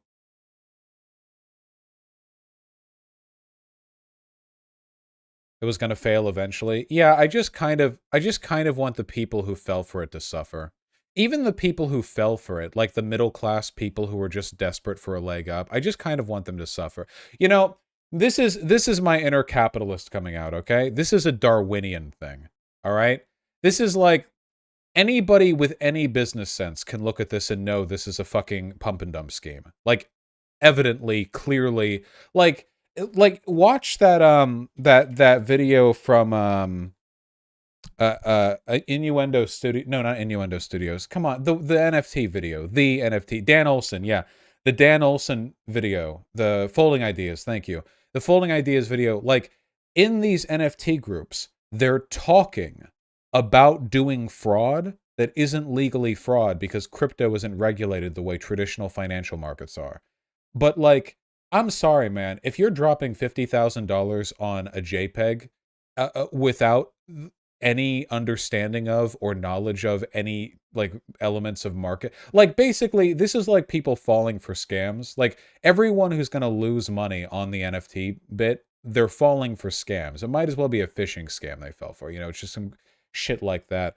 But I hate them, so it's okay for them to suffer. It's fine. I'm fine with it. If you bought 1,000 of a Bitcoin ETF when Matt Damon's Fortune Favors the Brave crypto ad premiered on October 28th last year, you would now have 554. Oh, based. How have I not been banned yet? Hey, Epic Groiper 88. Because you're boring, probably? Because nobody cares? But every second you stay here, the greater the likelihood that you become Jewish or whatever. I didn't even notice. You can stay. We're gonna Jew you. Hog, I want to be Jewish. Yeah, Jews debate God. So that's cool. No, don't ban them. No, they're banned now. No, wait, what'd they say? Unbanned. Yes, they're free. Free speech. Wait, where's the stock? Wait, what'd they say? Oh, there we go. Yeah, I can't type that fast. I was kind of waiting for somebody else to do it. Nick the Bung's lies smears. Oh, they're just spreading a cozy.tv clip? Hey, Epic Groiper 88, I understand your canvassing efforts are being done for what you consider to be a good cause, but nothing you do here is going to change the fact that Nick has been inflating his view count for months to compensate for the fact that nobody cares enough about him to follow him to a independent streaming site. You know, trying to grab the coveted communist trans cat girl market from the Vosh chat. Oh, it is Nick. It could be Nick, you know. But they can stay. I think they should stay. They should have a chance to grow as a person. All right, hold on. Stop.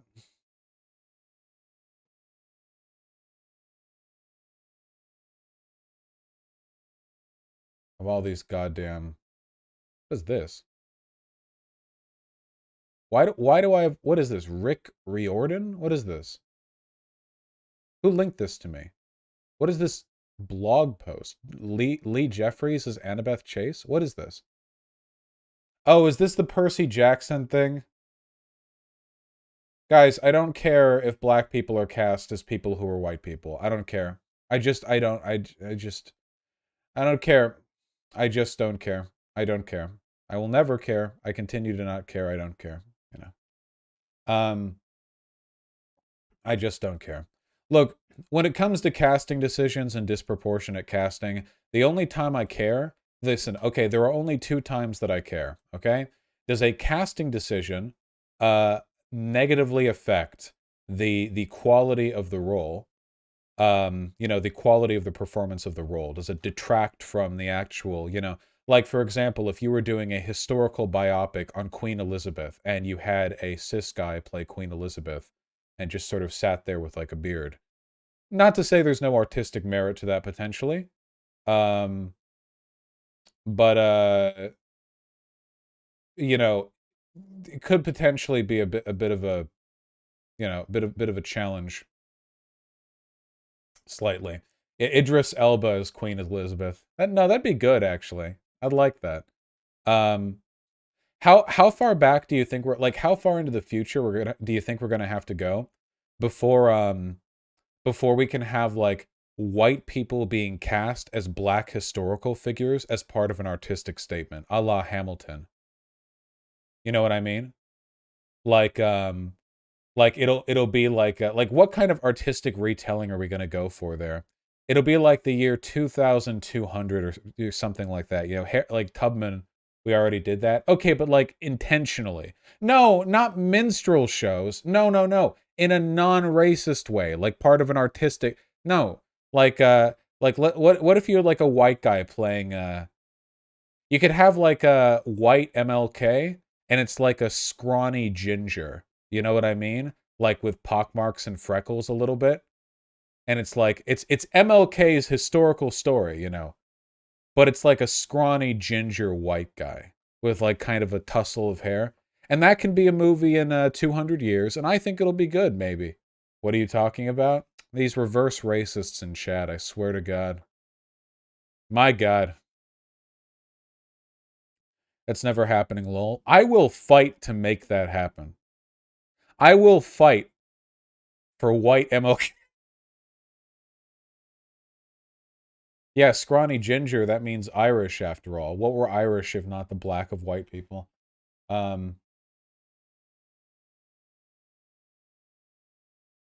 I'll run for Senate on that position alone. Wait, was Lonerbox in chat? I saw somebody at Lonerbox. Well, if Lonerbox is in chat, I'm sure your video is very nice. I thought that was polls. Either or. Excuse me. God help me.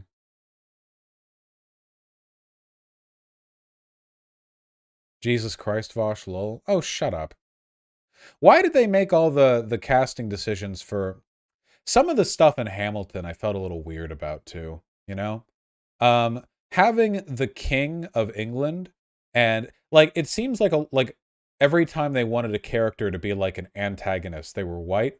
And that seems to analogize America's breakaway from England as like black slaves breaking away from white slave owners. And I don't know if that's an analogization I'm comfortable with, considering the fact that the white Americans breaking away from the white British people were slave owners.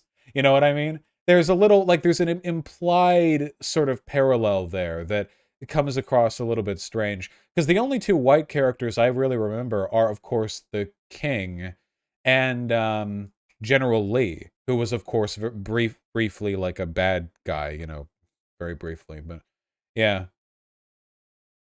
Yeah, there were only 2 white actors, Samuel Seabury and the King. Yeah. I don't know. And a loyalist in one of the songs. Well, right, an envoy of the King, yeah. Yeah, I don't know. There's just an implication there that comes across a little bit. Do you think they just did the everyone is black thing because of the hip hop? Like they wanted, like Lin-Manuel Miranda wanted to do a hip hop like historical beat, but he would feel weird having all white people like spitting hot bars. Does that make any sense? I feel like that might have actually been the reason. Like, because the idea of a hip-hop play about the Founding Fathers is, at the face of it, interesting. But then, like, they were like, well, we can't have all white dudes doing the first hip-hop Broadway show. And then they were like, okay, we'll make everyone black. And they're like, you can't make the king black. And then they're like, okay, so the king gets to be white, Not to... Does a white person ever even do any rapping? Wait, the King's lines aren't rap. They're like more of a... No, the King's lines aren't rap. And General Lee doesn't rap either. He just has that lyrical slam poetry bit. Should I be concerned about this? Lin-Manuel Miranda doesn't think that rapping is a biological signifier, does he? Oh, well. Okay. Here we go again. Okay, listen. We're just streaming. The King songs are Queen references? Well, that would make sense. I think you're reading a bit too much into it. I don't think I'm reading too... Okay. Make an all-white Hamilton. Except the King is black.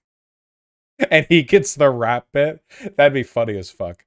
Because what's the analogy then? The white American... This like the slave owners breaking away from the tyranny of their slaves. What the fuck is that? What's the analogy? Oh, God. Lin-Manuel Miranda is the worst actor / performer in Hamilton by a mile, and he made himself the lead role. I don't think that's true. Well, I don't think he's bad. It's just the character of Hamilton is supposed to be annoying, right? Like that's like a point of the character. So yeah, he's kind of goofy, but yeah, I don't know. I don't think he's amazing. Like I'm pretty sure everyone agrees the best performer is the guy who played Washington in Hamilton, right? It would probably be like for me, it would probably be like at the very fucking top. It would probably be the guy who plays Washington, Jefferson / Lafayette, and Angelica, and then below you'd have like Eliza. Madison doesn't do that much singing, really. Eliza Burr. Here's the thing, okay? In the recordings of Hamilton, like the actual OST, Burr is top tier for me.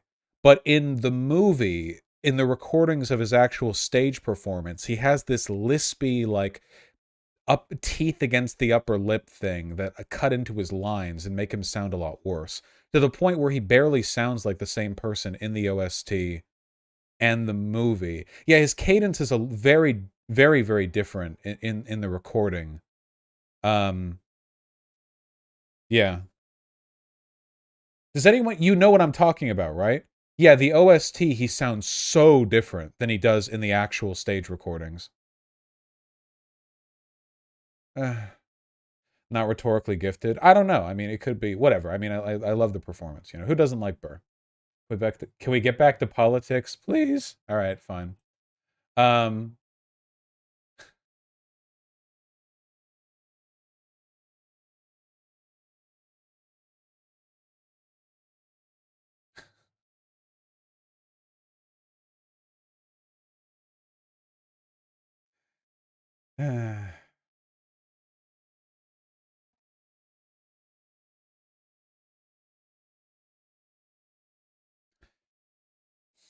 Fine. Rapid fire.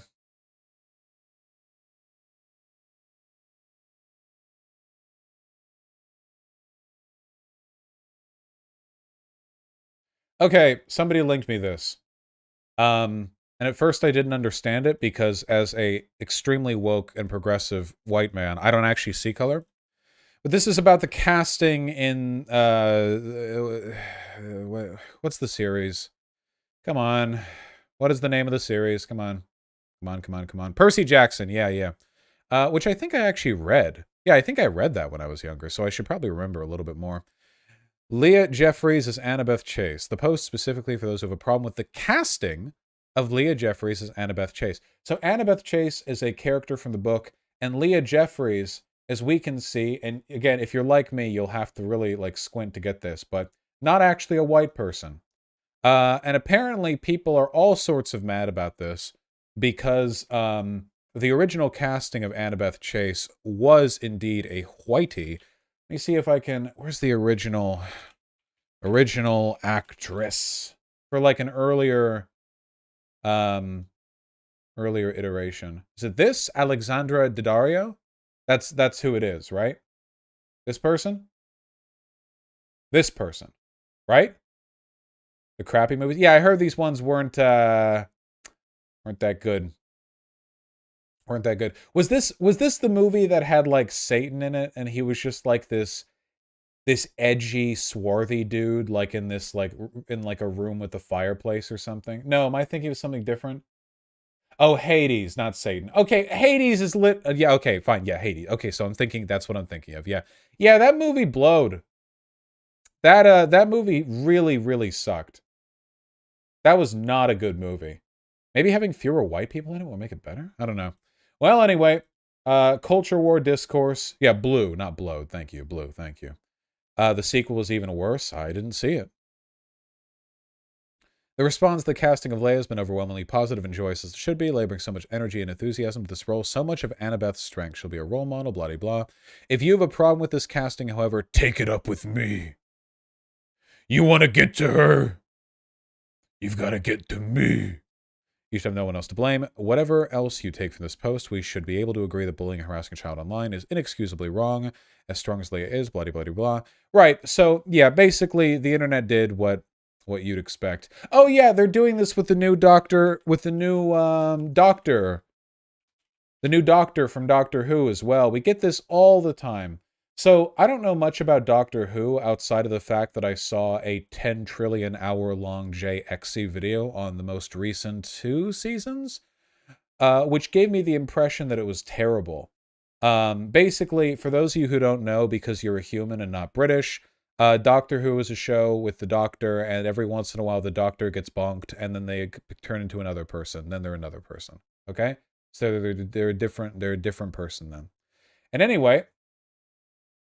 the new Doctor Who is going to be... So the previous Doctor Who was a white woman. And again, if you're like me and very progressive, if you're not racist the way that I'm also not racist, you might have to really, really pay attention. But not white, this new Doctor. Not white. Except for the hair. He's actually really hot. Anyway.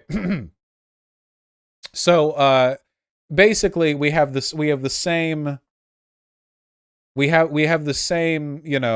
song and dance. He's gay as well. Really, this guy is gay. I didn't even say anything. This guy is more obviously gay than he is black. If I'm pointing this guy out, like if I felt the need to say he's black, I have to assume you can do the rest of the work. But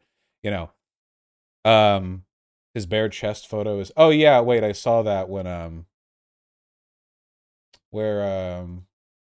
hold on. New Doctor Who. I didn't show it because I didn't want that to be the first thing you saw of him, but, maybe it should have been, He's got like this, he's got like a cut-through shirt. Oh, there we go. Okay, see, as you can see, he's very attractive. It's really no getting around that. Yeah, sorry, ladies. He's gay. Yeah, right? No, yeah. Whew. So anyway, moving right along. No, the fit is immaculate. The fit is immaculate. And so we have the same song and dance playing out with this, both of these right now. I was quite clear a year ago when we announced our first open casting that we would be following Disney's company policy on non-discrimination. We're committed to diverse, inclusive casting for every role. Please submit qualified performers without regard to disability, gender, race, ethnicity, age, color, national origin, sexual orientation, gender identity, or other basis prohibited by law. So obviously this is total bullshit, If they're doing a book adaptation for a role, okay, so we're doing a Harry Potter adaptation, except we're going to make them a wheelchair-bound black woman from Ethiopia who's 97 years old. Yeah, like, of course not, Obviously, there is there are frameworks within within which people tend to cast. Doctor Who is good. I don't care. I'll never watch it. So people are getting mad. This person is responding to claims that they're mad. I want to talk about this, okay? I want to talk about the casting thing, all right? So conservatives tend to get irrationally angry whenever a minority person is cast as you know, like a character. In this case, with the Percy Jackson stuff, you have that added sort of cultural complexity, because you have a black actress being put in place of what was previously held by a white actress. In both cases, we're talking about roles which are being, sort of interpolated from a book series. But conservatives will often say, well, you can never do it the opposite way. Like, you could never, if the original Annabeth, if the original Annabeth had been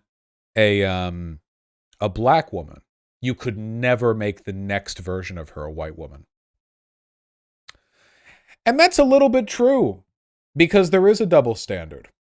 The argument is that it's a justified double standard, and I want to talk about that.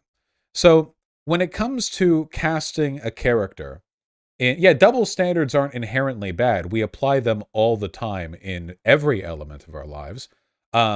It's really just a matter of what effect those double standards have. And, you know, double standard is really just the same. It just means a bias, but we hold biases for virtually anything we do, any consideration we make. But I want to talk about it. Okay, so when it comes to casting, all right? Now let's get the woke BS out of the way. Right off the bat. Have Hollywood roles been historically reserved mostly for white men? Yes, of course. Cis men, you know, straight men, largely because there's general employment discrimination against non-straight people, though that's kind of faded away. For the most part, especially in Hollywood, you know, there are plenty of gay actors. It's, yeah, okay. Not to say there's not still some element of discrimination, but, you know, you can go back and watch Lawrence of Arabia, which wasn't made that long ago. What was that, the 1930s? And you have brown face. You've got all the Arabs are white people with varying. Oh, 1960s. Oh, wow. Well, that's even better of an example, isn't it? I didn't even realize it was that recent. You know, it's got some wackadoodle stuff. You know, it's a lot of whiteys in this film. A lot of whiteys in a place in the world where whiteys would burn. Very hot in Arabia. You know, very toasty, very sunburny. Yeah. Every movie about Egypt. And then you look at, like, historical pieces. Wasn't there a bit recently where there was some movie set in, like, historical Egypt where the director put out a statement saying that having non-white roles would have been distracting? Was that Noah? Am I thinking of the film Noah? Where it was all like, oh no, Gods of Egypt. Can somebody find me that statement? I think Noah also had some really weird racial casting here. You know, like, it was all whiteys back then. I didn't know the director said that. If anyone can find the statement for Gods of Egypt, I'd love to see it. But so historically a bias, blah de blah. Right. Okay. So why? Well, the reason is because of racism, dummy. You fool. So what do we do about it? Is this it? Ridley Scott Exodus? Ridley Scott didn't want to cast. This is very good. This is very, very good. I like this. Ridley Scott didn't want to cast, quote, Mohammed so-and-so, end quote, in his movie about ancient Egypt. Thank you, Ridley Scott. It's from 2014, you know, not even a decade ago. Thank you very much. Hello, Christian Bale. Very Egyptian looking individual. Thank you, Ridley Scott. Not Ridley Scott. Yeah, well, you know, wacky stuff. Very wacky. To be fair, Scott is like 256 years old. Yeah, he was around back in the actual ancient Egyptian days, and he could confirm it was all white people. Enough goofing, okay? Let's actually... All right. So, what does it mean to do a good and a bad casting, okay? So, generally speaking, if you are a... Okay, let me try to approach this argument from the perspective of a conservative, okay? So, we got to take a couple of steps back, okay? We have to take a couple of steps back, all right? Let me think. All right. So one thing that's really important to recognize, first of all, is the social value of diversity in media. I know it's so cucky, but follow through with me, okay? So there's something called, I think, the Bones effect, or no, not Bones, it's the X-Files, the Scully effect. The Scully effect, okay? So when the X-Files came out, you got this story about a female and a male detective. There's paranormal stuff, great. And after that went out, there was a significant, I mean significant, increase in the number of women applying for detective and police roles. Anything around like adjacent to that, crime scene photography, that kind of stuff. And the reason for that is because our perception of what we can and can't do is heavily influenced by what we see other people doing. Another good example of this in terms of like the reciprocity of representation is in computer engineering. Back when computers were first being developed, yay back in the day, it was a split field, men and women, pretty near 50-50, And when computers became available to the home market, when they started being actually marketed to consumers, they were marketed as a boy's toy. And as a product of that, boys grew up with computers more than girls did. And then they went into the computer engineering field. And then it became more male dominated, a bias which persists to this day. You can see the same thing with Legos. When Legos were initially marketed to the public, they were like old Lego advertisement. They were an aggressively like gender neutral toy. Like there was really nothing about the old Lego advertisements that strongly suggested any group of people should be more inclined to play with Legos than any other group of people. Wow, that is a low res photo. But yeah, look, it looks cute. See, the kids are look at that. That's cute. But then, especially I think in the 1990s, there was a push to make more Lego playsets that are based around scenes from movies and shows. And obviously the stuff that would sell the best, at least from their perception, were like action, like action set pieces. So like exploding cop cars and cool tanks and stuff like that, And that got pushed mostly to boys because they were considered more masculine toys, and then more boys get into Lego, and you see that same pattern replicate itself. The reason I'm going through this is because people who champion the free market have long made the case that the groups of people who are interested in a given field or product are determined like entirely by the inherent predilection of those individuals. Like, oh yeah, if the reason there aren't like more women in movies or more black people in movies is either because those women and black people don't want to be in movies or because movie goers don't want to see those women or black people. The problem is that every element of our lives is shaped by advertising, explicit and implicit. In the same way advertising can determine what toys we want to buy, media we see in other forms can determine what kind of lives we want to lead. And as a product of that, if there are arbitrary reciprocating biases in something like, say, Hollywood, which sort of feed into a cycle of there being minimal representation for certain groups there, you actually have a self-replicating bias which inhibits the free choice of everyone in a society. Does that make sense? Right? If you want people to make choices freely, the idea then is that you shouldn't have biased, arbitrary social conditioning determining what you do with your life. You would want people to make these decisions freely. So if you have a bias which leads to disproportionate representation, which leads to further bias, you kind of have a cog in the whole machine. You've thrown a wrench in there. So how do you fix this? Well, people call it forced diversity. In my mind, that term is ridiculous. Saying that you're doing forced diversity is like saying you're doing forced quality when you make a movie good. Dude, why are you doing forced audio mixing? Just let the music and the dialogue for the scene play at their respective volumes with no consideration for the interplay. Dude, why are you doing forced camera angles? Like, just have a camera here. Like, it's ridiculous. You know, diversity in casting choices are a deliberate, you know, a product of the construction of any piece in media. If that's being done for reasons pertaining exclusively to the quality of a film or for political reasons, that's always been done. Like, these people act like politics is absent from media unless forced in there. That's absolutely ridiculous. It's clearly not true. You know what's real politics in media? Real politics in media is Michael Bay getting to use a bunch of military vehicles from the US Army that they give to them on the condition that Michael Bay's movie makes the army look heroic. You know, people who complain about politics in media, the line always seems to be drawn right on the you know, when there's black people, but then you have like literal working with the government to have a contract signed to make it propagandistic, and well, that's not a big deal. So if people want to do this diversity bit, it's fine. It's not forced diversity. It's just a product of the decision making that goes into the construction of any piece of media. Is there a double standard at present? Yeah, there is. You know why? Because right now there just is not a social problem with white people being underrepresented in media. If there was, then I think that would be a legitimate concern to have. But there isn't, so there isn't, you know?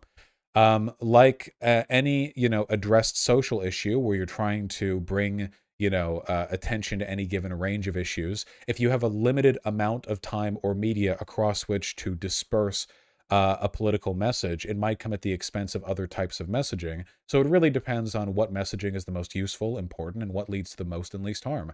And right now, having one fewer white girl playing in a Percy Jackson book is just not going to cause any social harm.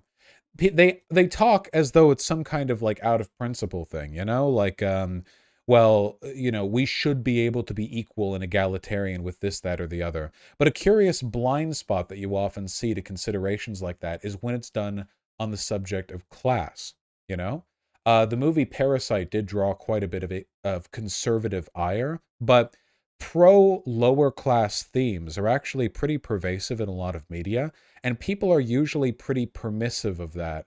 In large part because I think conservatives don't have the same reflexive like terminology to apply when that stuff is being represented in media, so they don't jump on it quite as much. You know, they will eventually. Not to say they're ignorant to it, not to say they're not willing to replicate, you know, class bias, but they're a little slower on the take there.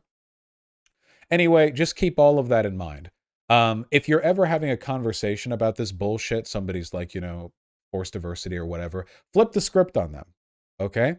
Why do you think you should have the right to choose the casting decisions of the people making this movie?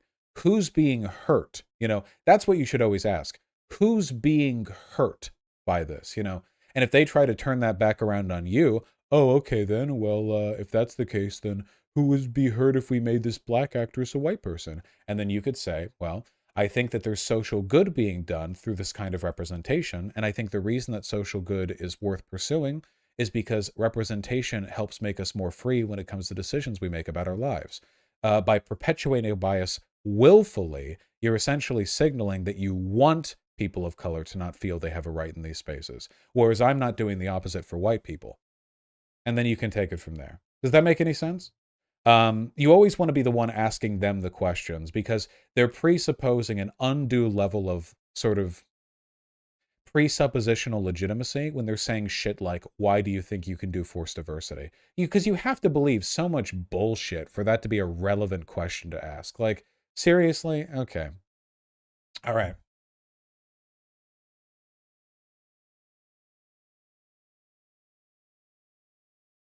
Close that.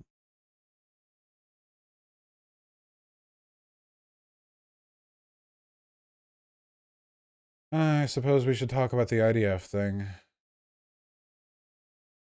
Oh, and if you're watching the stream, you should like it. You should hit the like button because there are more viewers than likers. Be a liker. Don't be a linker. Be a liker. Hit that button. It actually is helpful to the stream, you know. It increases the discoverability of the stream, which means that more people are likely to see it in their subscription feeds and what have you. But I'm on the website. I wonder if it'd be possible to get White Nervosa to make it possible to hit the like button from the website, or would that break YouTube TOS? What's up? They don't want to see. Why don't they want to see? Because it's creepy. No, he's a baby. A dead baby. Yeah. No, he's not dead. I'm pretty sure he's dead. No, it's just leather. Which was once... Show us. Do I have to hold it on my hand? He's fine. This is I actually... can hold him. No, here. No, I'll hold. It's actually pretty impressive, guys. Vermin's been doing taxidermy for a while, all ethically sourced, you know, like they die of a heart attack when they're 2 seconds old. This was a stillborn, and it is a little dog puppy. It's a fox. Fox puppy. And it's actually quite impressive because apparently taxidermy is very difficult to do when they're little babies. But it was a stillbirth, so, you know, no foxes were hurt in the making of this. Now they're all sad. I told you. Their fault for being sad. Now he gets perma preserved to be cute. He is cute. They don't understand. You need to be like in an indigenous culture or something, because then they'll pretend to like it. It's a show of respect. Yeah. You know goddamn well. Yeah. You know goddamn well if you were from a native tribe. Farm in Nicaragua was overtaken by the Sandinistas. Yeah. In the 60s. My family started their tax. The tradition of my people. That's yeah. true, though, by the way, that did happen. No. Yeah, they're just they're racist. Yeah. True. Very racist.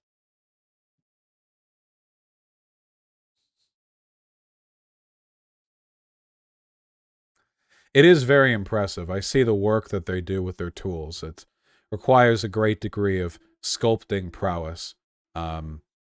Very impressive stuff, in my opinion. Well, anyway. Okay, close that. Oh, there are so many things that I want to talk about. Fuck. I just want to put off the IDF thing. Oh, I know a way that I can put it off. I said this, thank you, Bird Alertler. I said this during my last live stream, but, there's actually, I know that, mobile site can be a little bit janky,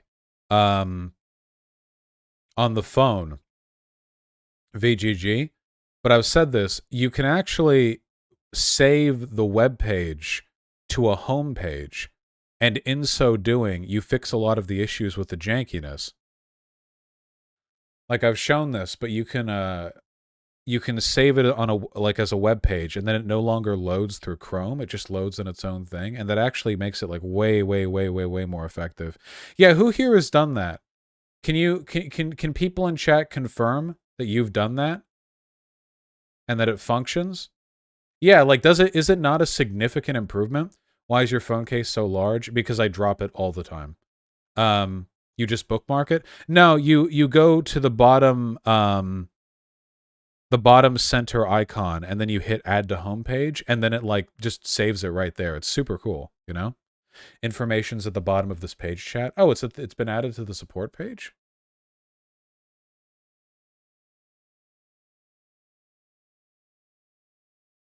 Oh, sweet. But it unironically like fixes so many of the issues, yeah. Add the website to your homepage as an app to make sure you get notified when the stream is live. If you're on iOS, you can add the website to your homepage to keep checking repeatedly with websites. iOS requires an app to be approved to send notifications. Gay. iOS is so fucking gay. But you can, does it show how you do this? Does it show the button that you have to press? It doesn't show the button that you have to press, I don't think. It's like, you hit the little, I wrote a thread about it.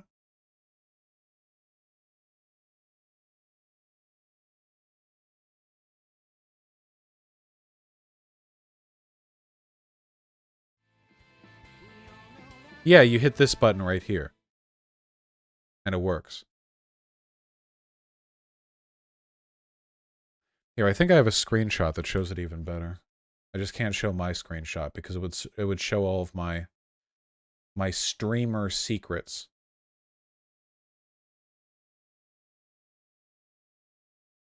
Streamer secrets. Okay, I think this is the image that I'm looking for.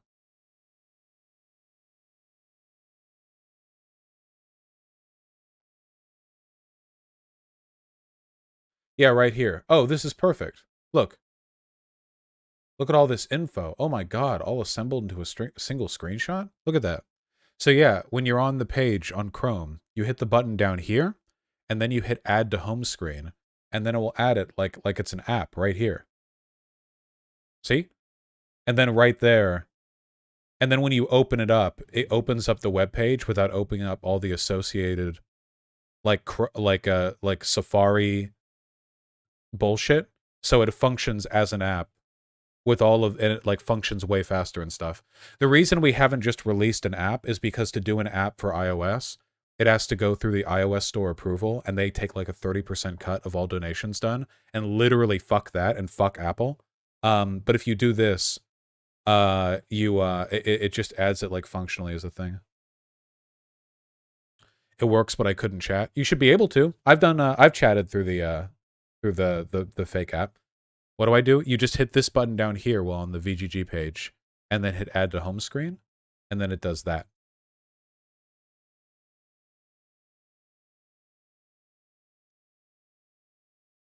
Yeah, I still have to sign in, of course. But it works, yeah.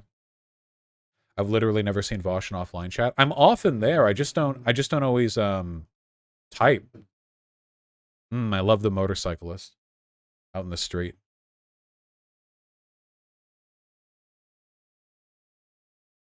Yeah, I'm a lurker. For Android plebs, click the 3-dot menu in the top right. The only reason I'm bringing this up is because obviously I'd like the most people as possible being in the website chat, because it's cool to have you guys here, and that's the chat that I actually look at. I know a lot of people watch on mobile, like seriously, like half the people who watch off mobile. And you know, it is very, very difficult to design a live stream plus live stream chat through Safari that's not going to be laggy. You know, it's quite difficult to do that. But this does help significantly because it cuts down on the associated like phone like memory usage because you're on Chrome in general. Does that make any sense? It also cuts off extraneous UI elements. When you're on the app version, it cuts off this bit at the top where it shows the web page. It cuts off this bit at the bottom, the Safari UI, and it improves some stuff in general. Anyway, just trying to be helpful. I'm going to keep bringing it up, by the way. Use that money to we give you to hire a dev. I know a lot of them are in Seattle. Not only do we already have one, White Nervosa, but I've gotten consultations from other developers. White Nervosa does a really good job. Legitimately. The amount of phone resources that are used by displaying an HD live stream and having a constantly updating chat with emotes and effects underneath it, like, that's a very taxing, you know, and everything comes at the expense of something else. So, yeah, this is helpful. Anyway, I'll keep bringing it up. I'll be annoying. I love being annoying. We have to talk about the IDF thing.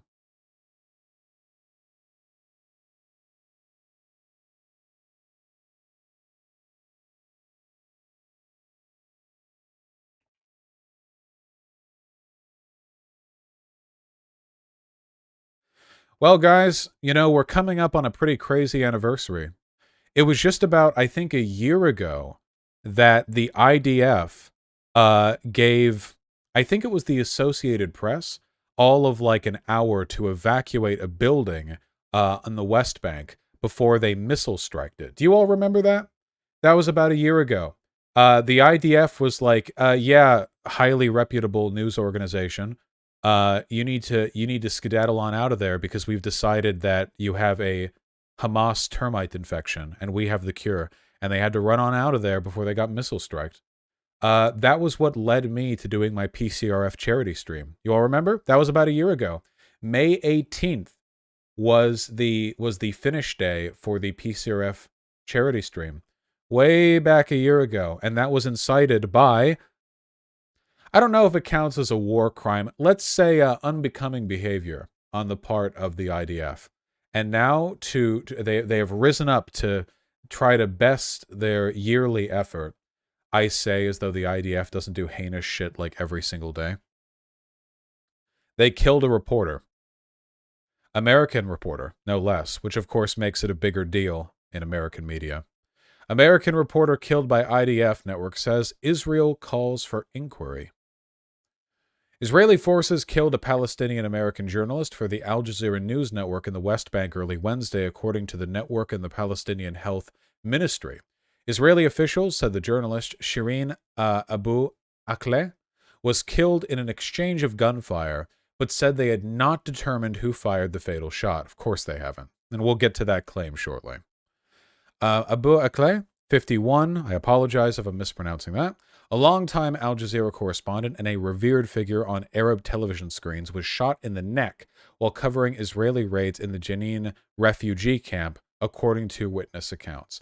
And I would like to remind all of you that just because I don't cover it 24/7 does not mean that the ongoing genocide of Palestinians by the Israeli forces is not ongoing. Of course, every single day they continue, both in means legally and militarily, to displace and exterminate the Palestinian people.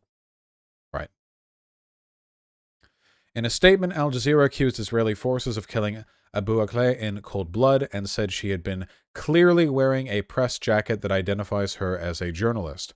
In interviews, multiple eyewitnesses, including two journalists who were standing next to her, disputed Israeli assertions that she was killed during crossfire, saying there was no fighting in the area just before Abu Akleh was shot. It was dead quiet, one of the journalists, Ali al-Samudi, who was also injured by gunfire, told the Washington Post in an interview. I see they did the spray fire tactic, who was also injured by gunfire, told the WP in an interview from his hospital bed. In a statement, stop playing this. Please stop playing. It's very distracting. Please, thank you. In a statement, Israeli Prime Minister Naftali Bennett said the shooting occurred while the IDF were conducting counter-terrorism operations in Jenin. It's always that, isn't it? It's always, always, always that. After a spate of deadly attacks over the past few weeks in Israeli cities, during the operation, he said, quote, armed Palestinians shot in an inaccurate, indiscriminate, and uncontrolled manner. And I like the terminology being used here because what this means is, A, maybe they hit your journalists somehow. And B, yeah, it was so indiscriminate and uncontrolled that it would actually be really, really, really, really, really difficult to substantiate any, like, arc of fire from their position, like, oh, bullets just appeared. If they appeared in positions which are consistent with the, arc of fire you would expect from IDF forces, that's just because of how inaccurate, indiscriminate, and uncontrolled they were, yeah, 47 rounds in the wall directly opposite the IDF, barging in. Well, they were very inaccurate. Oh, we'll take a look at that, Malarxian, don't you worry. Our forces from the IDF returned fire as accurately, carefully, and responsibly as possible. Sadly, Al Jazeera journalist was killed in the exchange. He said, without a serious investigation, we will not reach the truth. So this is pretty standard, like, propaganda-adjacent bullshit. Whenever your people are very obviously in the wrong, don't say they're not. Instead say, like, we need an investigation. We need an investigation. But who's going to do this investigation? Because all of the non-IDF aligned forces have clearly stated the IDF killed her. Who's going to do the investigation? The IDF?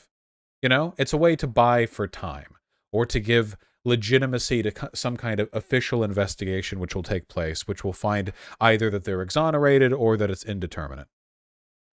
But 5 witnesses interviewed by the Post at the scene said the fighting between Israelis and Palestinians had occurred hundreds of yards from where the journalists came to be gathered and had ended well before 2 of them were shot. Interesting. Or the journalists came to be gathered, as in they were grouped there, as in they were a distinct target, and that the shooting had ended well before the 2 of them had been shot.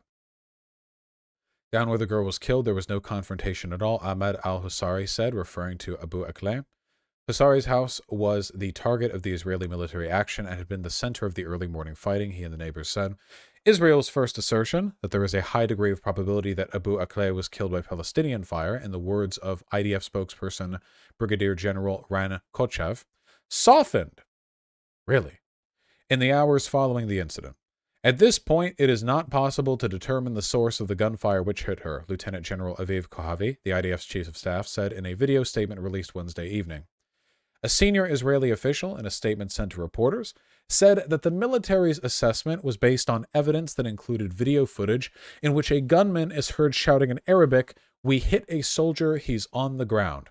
The Israeli military said that no Israeli soldiers were injured during clashes in Jenin on Wednesday and that the Palestinians in the video may have been referring to Abu Akleh. So, their claim is that the journalists were huddled together in a tent and then just randomly in that populated tent where no conflict was happening, a Palestinian fired indiscriminately into that crowd and then claimed they had hit an Israeli soldier?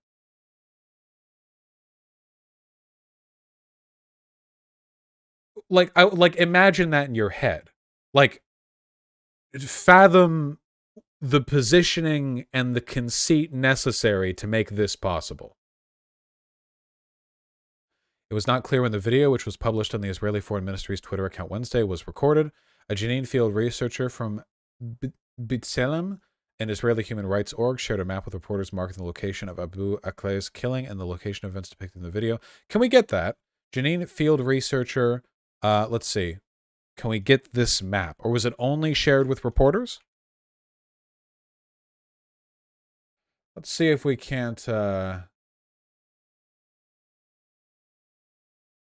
Tools, anytime, past week.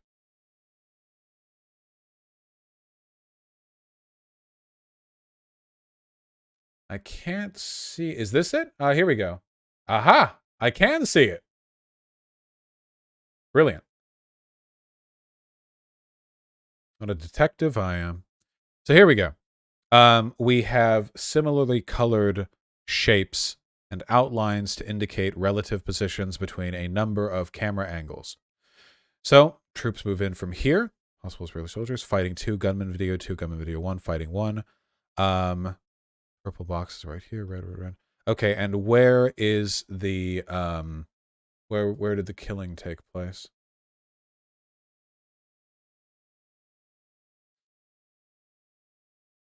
And telework can be limited. There's a lot of information. This is where the armed man stood and where she was killed.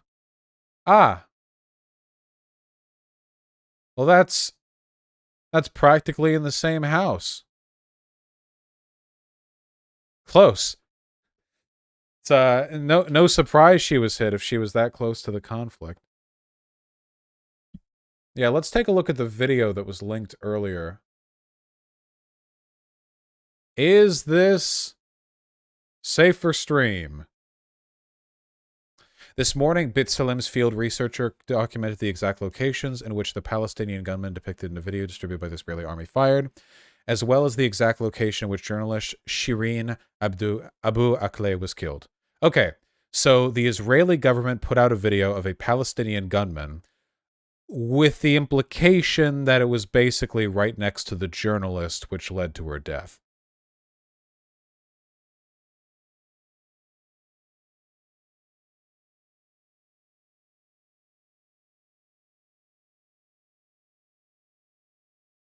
No audio? Not getting audio? Okay, no audio, I guess. Location of armed Palestinian firing in video distributed by the Israeli army. So this is where the gunman was firing according to the Israeli army. Oh my god, it's like I'm really there.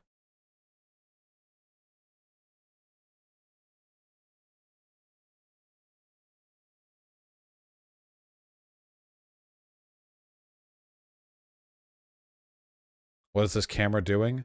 Well, I assume it's a phone, but it's not moving like a phone. I'm not entirely sure how the camera's moving the way that it is. This might be a bad auto stabilizer. Oh. Seems sped up, yeah, possibly.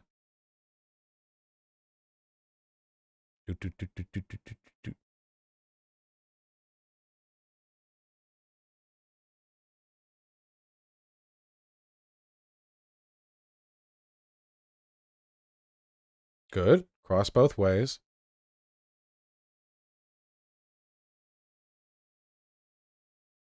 Location where journalist Shireen Abu Akleh was killed. I keep saying Abu Akleh was killed several hundred meters further down this road. Okay, so way down there.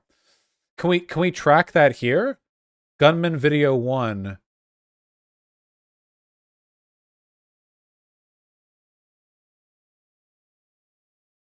Where was that other one that was linked? The other map. Is this one? This one. Okay. So the video began right here, traveled through these alleys, and then made its way to this road, and then this is the several hundred meters down this road. Oh no, over to here, to this road, right? So they went down here, and then the camera was pointed up this way to the shooting, so it would have been way down that way. I think that really indicates like how far of a distance it is. And keep in mind, like, the Israeli government releasing that video, like, the Israeli government knows goddamn well what's here and what's there. They have more information than anyone. It's the fucking IDF, you know? So for them to go like, you know, like someone dies over here and they're like, you know, some over here, you know? Like that, I think that's indicative either of severe incompetence or far more likely, like, open dishonesty, you know, far, far, far more likely. Yeah.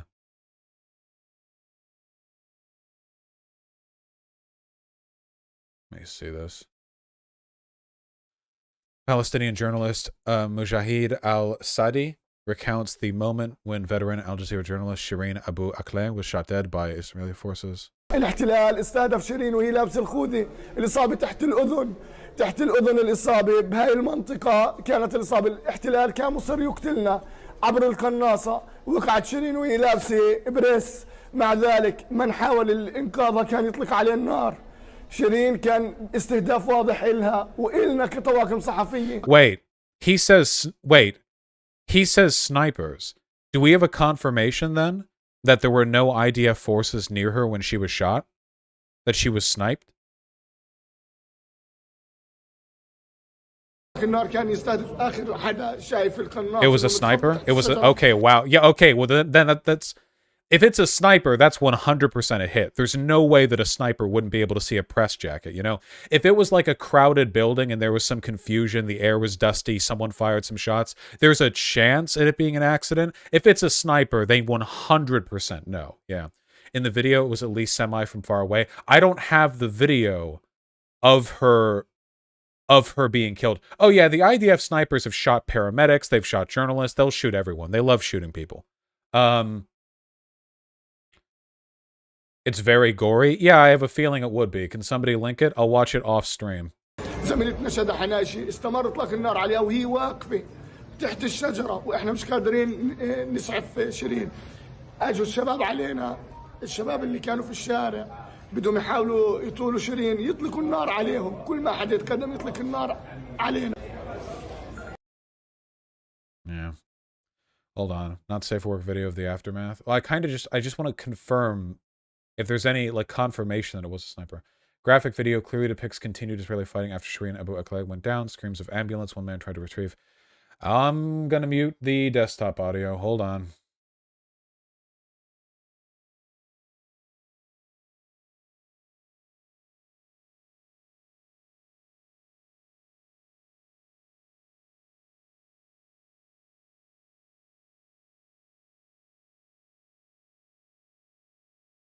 Yeah. You can see her lying dead on the ground. There's no IDF soldier anywhere near her. She's not even in an enclosed space. I thought she was in an enclosed space or some kind of alcove. She's essentially out in the open. There's sunlight hitting her. 100% a sniper. Literally just targeting press. Like, deliberate targeting of press. Yeah.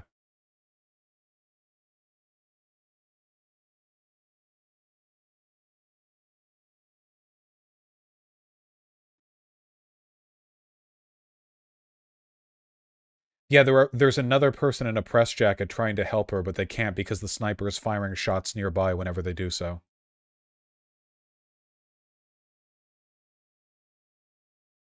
Yeah, they're literally killing the press and like deterring people from trying to assist her.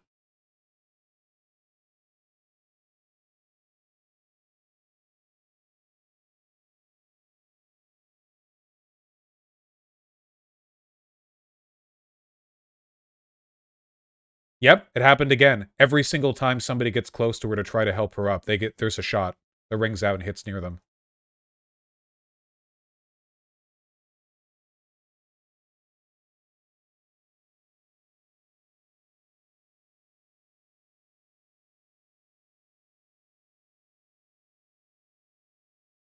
Way too accurate, way too precise for this to be anything else but a hit. Well, anytime a sniper is being used in a capacity like this, it's very much deliberately a hit. That means that sniper was acting on somebody's orders. I wonder how high up in the Israeli government they wanted her dead. You know, it's not like some random sniper was like, yeah, I'm just going to cause an international incident killing a journalist today. You know, some official told them to do that. Yeah, just the deliberate targeting of press. Ontologically evil.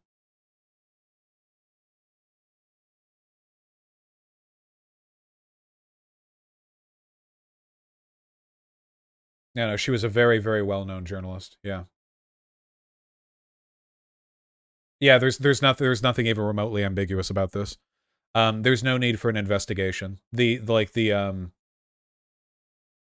events here are clear as day. There's really no other reason to yeah. Was this journalist especially hard on Israel? I mean, yeah. Listen, it's impossible to be a journalist in the West Bank and not be hard on Israel. You know what I mean? There's no real way to walk around there and like see what's happening and go like, oh yeah, this is fine.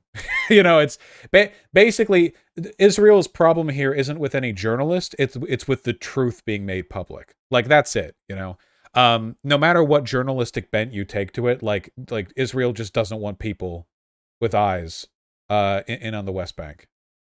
You know, they want it to be a quiet genocide. Did they check the bullet caliber? There's no need for an investigation. Unless you want to do some like Jason Bourne speculation where it's like, well, maybe a Palestinian sniper firing from the direction the IDF sniper soldiers were at wanted to do a false flag, but like outside of that, like this is very like it was a sniper like shooting her, you know. Yeah. Yeah.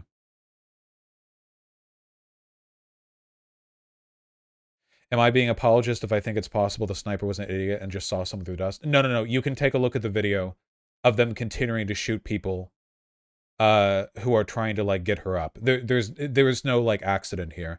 They were hundreds of meters away from any actual site of conflict, and it was like a very like specific this person is dead, nobody can help her type deal. There's very little room for ambiguity here. They did not even attempt to make this look like an accident. Yeah.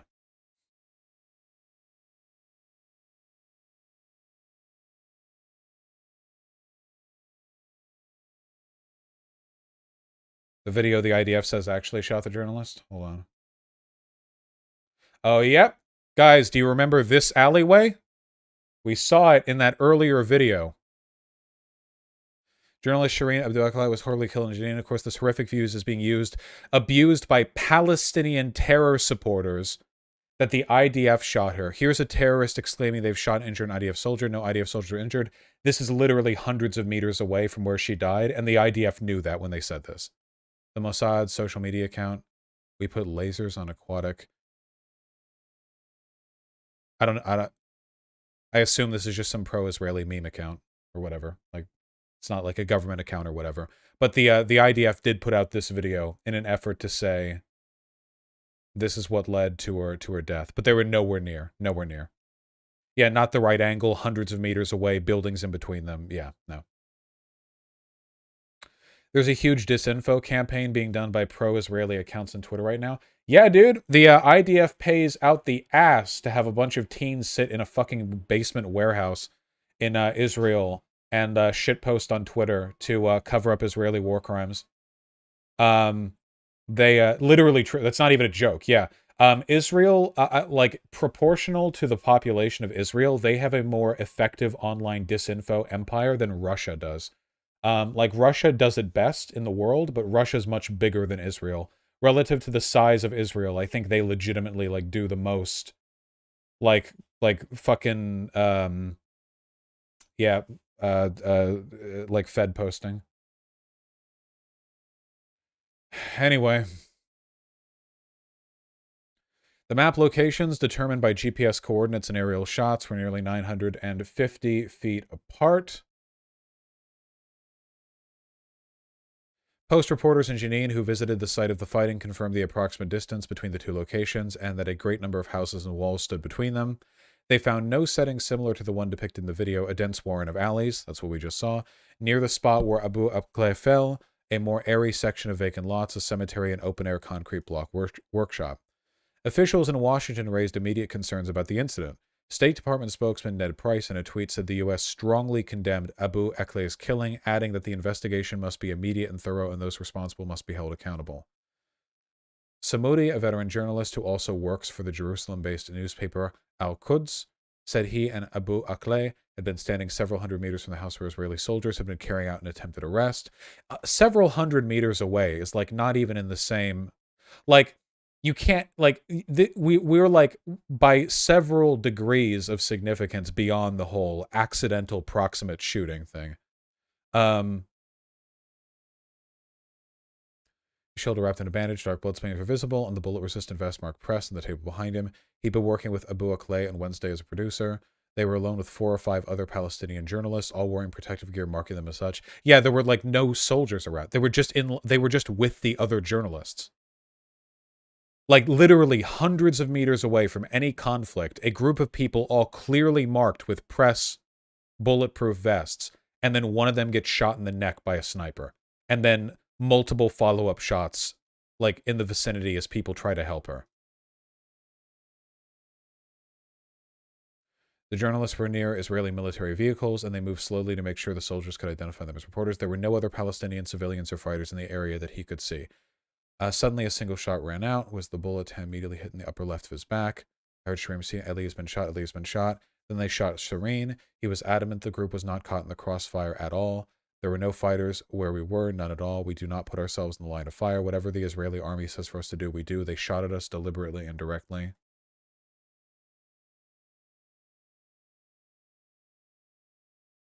Yeah.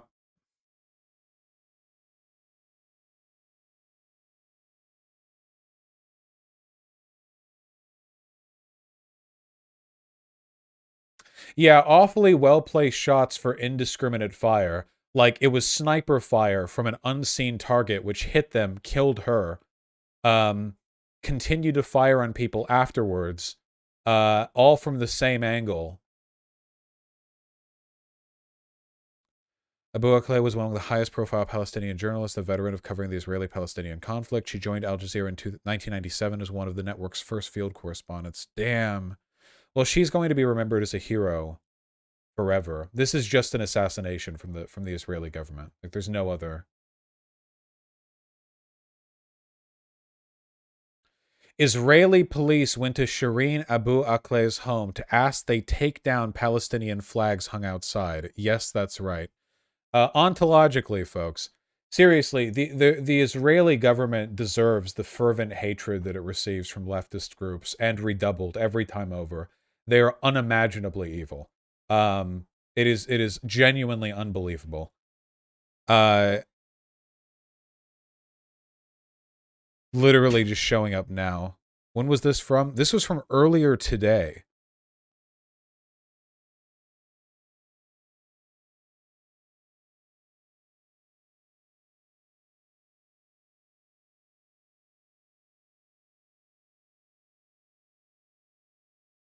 The real question is with how transparent their lies are. Do you think the IDF has moved on to the Russian type of propaganda where it's not truly convincing anymore, but just about creating noise?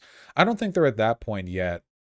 Because if that was the case, they wouldn't be saying that, like, it was done by Palestinians, they would like say like Israeli op, or sorry, like Iranian op or something. Like there are several tiers of crazy below, but I think it's really just like the audacity of their dishonesty, more so than like the deliberate creation of like fake counter narratives. Israeli police stormed the home of journalist Shireen Abu Akleh in occupied East Jerusalem as family mourned her. Oh, ordering them to take down Palestinian flags and stop playing, quote, nationalist music. So they assassinate her and then they show up at her wake in her house with her family mourning, and they're like, all right.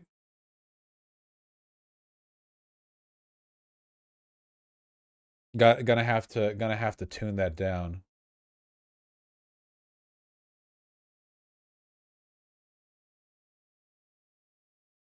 Yeah.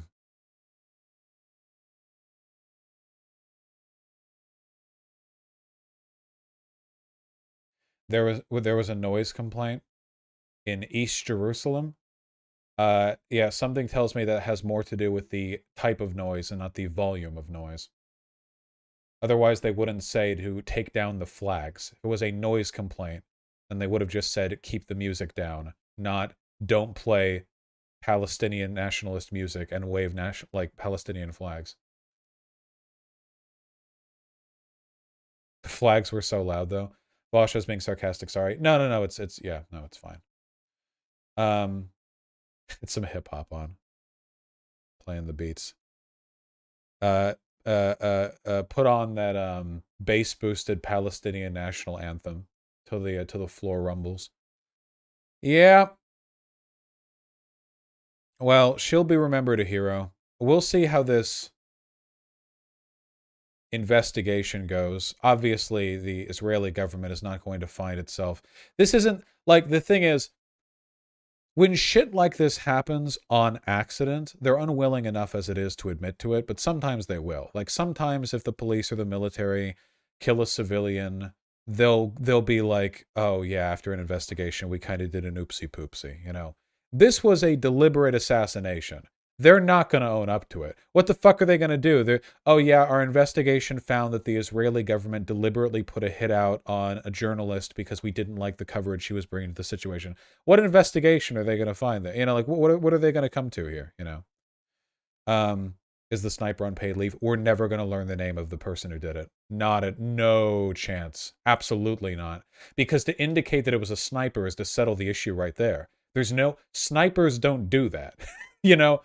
Oh, caught in the accidental crossfire in this totally peaceful area with a sniper. You know, a sniper, you can see the press jacket. There's no, yeah, no. Yeah. Not the kind of whoopsie you're going to get from a sniper there. There are cases of snipers killing Americans in, I think, Iraq. Like they're taking shots at what they think are combatants from in the distance, and it turns out they're Americans. But that was like, wasn't that done like 2 miles away or something, as opposed to a couple 100 meters? Nah, no. Not to mention, there's no reason why you should ever be firing at all. Like, yeah, snipers have to confirm before taking the shot, right? Well, everyone has to confirm before taking the shot. That's the rules of engagement. But snipers have the added benefit of them having. Snipers have to wait before they can take the shot. You know, like if you're a soldier and you have a rifle and you kick down a door and storm in, there is legitimate potential for confusion. Though again, she was out there in the open. She was just out there in the open peacefully with no combatants nearby. But a sniper has time to look. So there's no shot it wasn't an assassination. Absolutely none. Especially with the follow-up shooting afterwards, you know, to try to keep people away from her body. You know why they did that? They wanted to make sure she was dead. After she dropped from the shot to her neck, there was a chance that after a moment of being dazed, she gets back up. You know, the sniper doesn't know that they got her in the neck. They know they got her. They don't know how deep the wound is. It's possible that maybe the other people there help her up. You know, they get her up and it turns out she just needs a hospital visit and she's fine, just loses some blood. The sniper doesn't know it's a lethal shot. So the sniper keeps other people away from her to make sure she's not going to move on her own, you know? Was she wearing press-marked body armor? Yep, all of them were. It was just a group of people in press-marked body armor. Yeah.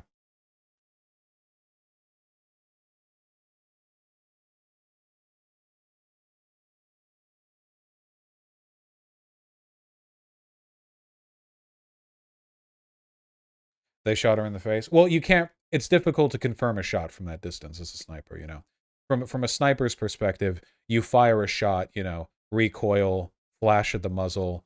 You know, someone hundreds of feet away falls down. You don't always have a confirmation of what you've actually done. Could have been a grazing shot.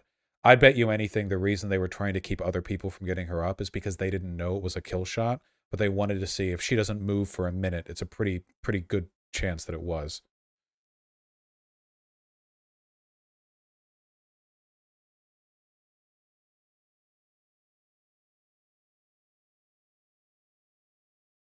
Foch knows this from his time in the CIA. Well, I just think it's a pretty reasonable inference, right? I would simply not assassinate people. Still seems dumb to assassinate a journalist when they're in a group of journalists. Keep in mind, other journalists were shot too. My guess is that it's possible. My guess is that the sniper was basically just told, like, you know, kill some of them, you know?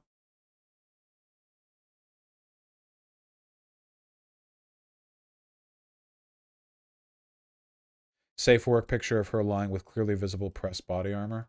Is this safe for work? All right, well, we've blurred out everything but the press body armor, but this is where she was, folks, in the video that I looked at. She's just lying there dead in this open alley, the sun on her, no one else around except for this other person in a clearly labeled press jacket.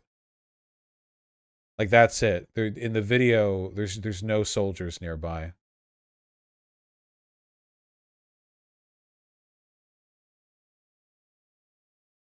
They just want reporting kept out of Palestine, right? Yeah, they do. Yeah, of course. What they're doing is morally inexcusable. There's no way around it. It's just a slow open-air genocide. That's it. You know, that's it.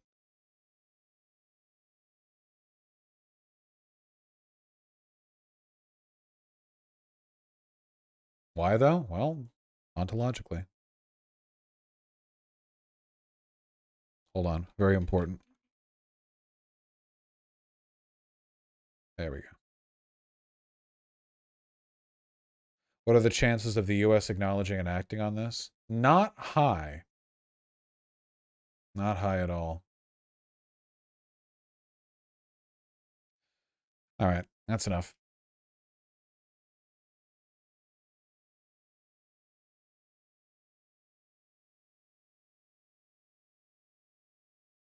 We have a few more things we need to talk about.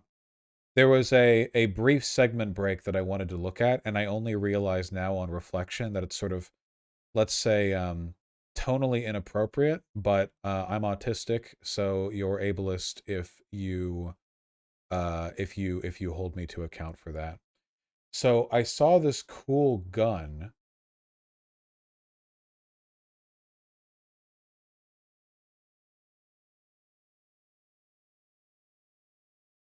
Hold on, where's that video? It was on non-credible defense. Oh, here it is.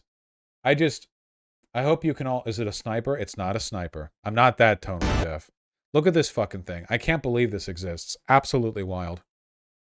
It is a fucking, yeah, semi-auto long recoil bullpup anti-materiel rifle. Please look at this.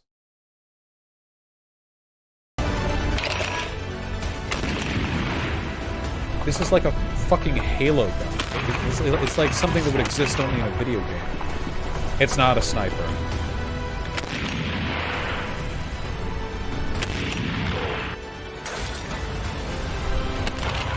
That's a sniper? No shot. No shot. It just has a giant scope on it. It's kind of a... No, it just has a giant scope in it. It's a... No shot. No shot. Yeah, this thing has to dislocate your shoulder on every... It's like a fucking bolt gun. It's a marksman rifle, not a sniper. These are 50 cal bullets, my guys. This is not a sniper, and it's not a marksman rifle. This is anti-tank. This is anti-armored vehicle. You know, yeah, this is you sniping the engine out of a car. This isn't... Yeah, this is anti-armor. Look at the size of the shell coming out of the fucking... Look at this. Look at the size of that shell. Google 50 cal sniper. 50 cal snipers are anti-materiel rifle, not anti-personnel. I mean, you can use them against people the same way you can use like a javelin against a well, actually you can't, I don't think. But yeah, hold on. They're anti-materiel rifles. Yeah, like these, the M82. They're called sniper rifle, but they're not like anti. It's only 14,500 based, but it's still used by sniper. Okay, yes. Yes, okay, thank you. This is not a sniper rifle, though. There's no way they would use a long recoil bullpup style gun that people are holding up against their shoulder as a sniper rifle. It literally says shoulder rifle. There's sniper. I'm gonna kill myself. Oh god, I did the thing again. Right. Please stop.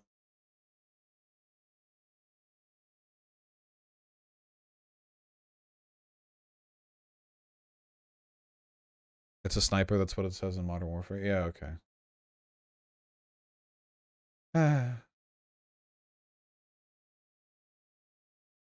It's a bullpup 50 cal sniper.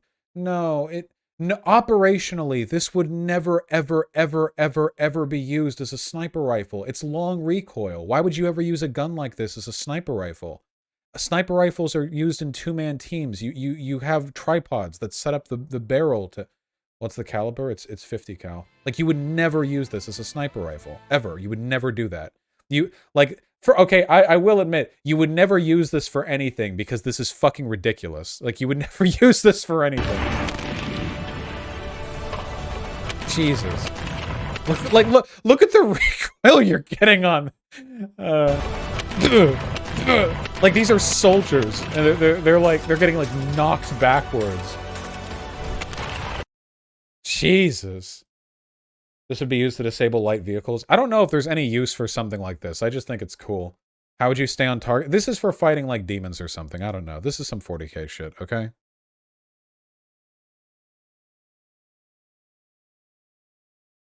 Does the barrel moving back help with the recoil or something? Yeah, some of the recoil gets cushioned by the force of the barrel moving back.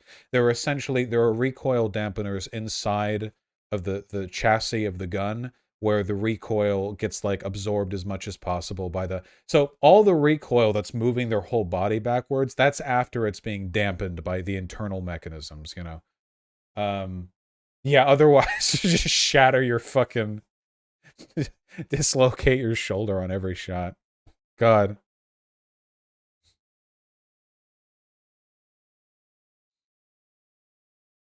Methaldo made you a tutorial on how to bring the windows back. You need to shake it vertically?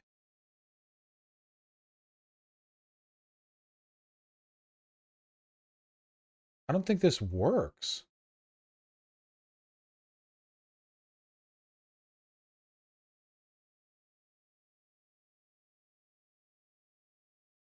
I'm shaking it vertically. It doesn't... Oh my god, it worked. Okay, I made it work. Thank you, Thank you, Methaldo. Thank you. Thank you. I do like these comments, though. Seems very practical in urban combat. Nice. Indicates cover, so it's pretty much the perfect weapon. True. What is drywall going to do to the trajectory of a bullet like that, huh? What is a wooden wall? What is a brick wall going to do to the trajectory of a bullet like that? This LMG has no recoil. I'll take a look at it later. I don't want to gun lock for too hard. They literally tear through engine blocks, yeah. Yeah. Alright, what is this? Oh yeah, I saw this. This is just from, yeah, very recently. Elon Musk praises Chinese workers as Americans, quote, trying to avoid, end quote, work. I love this. He's so cool. He's so relatable. Big Chungus. I love him. Reddit wholesome. I love my freedom-loving Twitter savior man stepping in to remind us that we need to work more like the sweatshop workers in the autocracy China. Elon Musk hailed Chinese workers during an event this week, praising their talent and work ethic, even as he took a jab at some members of the American labor force. Dude. Dude, Elon Musk is so cucked by China. He's going to be like Disney times 12. You know how Disney will like make black people smaller in the movie posters for their foreign releases in China or whatever? Elon Musk is like so dependent on Chinese sales for Tesla and other stuff like that. When asked to reveal which electric vehicle startups have impressed him the most, Musk first pointed to Volkswagen,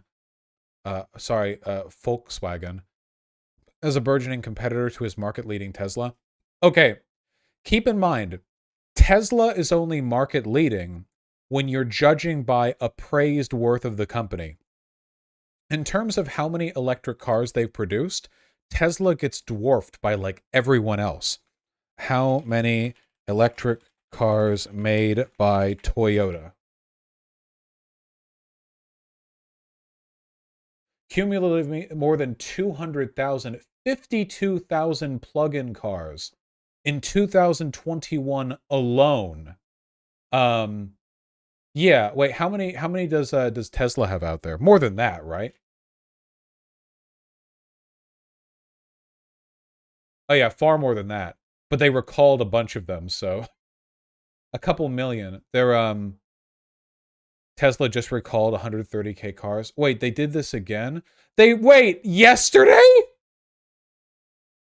Dude, another one? I thought you were referring to the last time where they recalled like 400,000. Oh my god. No wonder Tesla owners take so many pictures of them when they have them, because they know that's going to get recalled in like 3 weeks. Jesus Christ. Infotainment systems overheating during charging?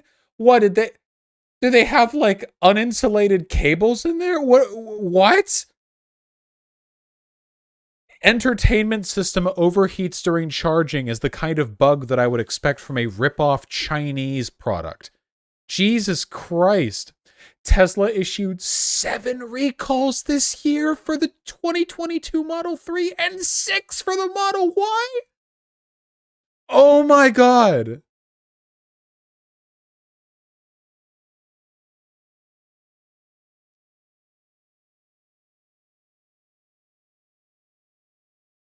Okay.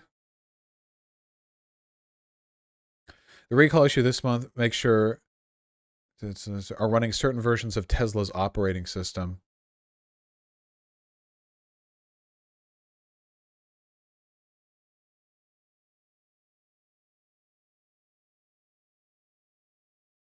Okay. It's worth noting update downloads are called recalls for some reason. Wait, why? Can't you just download them like over Wi-Fi? Okay.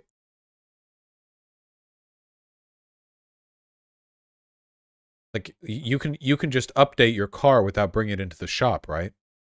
Wait, you don't have to bring Teslas into the shop to update them, right? You have to take them to a dealership?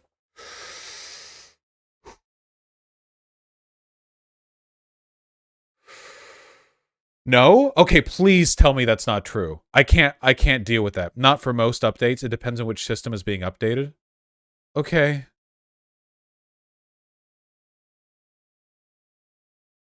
Okay. I don't want to learn anything more. Stop. I don't want to learn anything more. Stop giving me information. I don't want it. Next, he pivoted to China, stating he expected some very strong companies to emerge from the country and provide more competition the years ahead. There's just a lot of super talented, hardworking people in China that strongly believe in manufacturing, and they won't just be burning the midnight oil, they'll be burning the 3 a.m. oil, Musk told the Financial Times. Love that. They won't even leave the factory type of thing, where in America, people are trying to avoid going to work at all. Love that. Wealthiest man in the world. Love my epic, wholesome 100 Big Chungus. Praising the concept of not leaving the factory at all.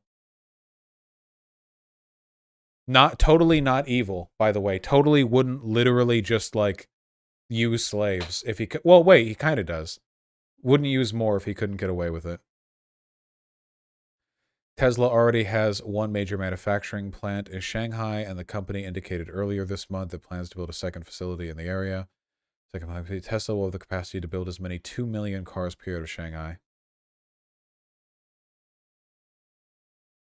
You guys know how, like, Trump had some weird business dealings with Russia that kind of called into question his like ability to serve the United States without conflict of interest, and then he just never resolved those conflict of interest and kept being weird the whole presidency.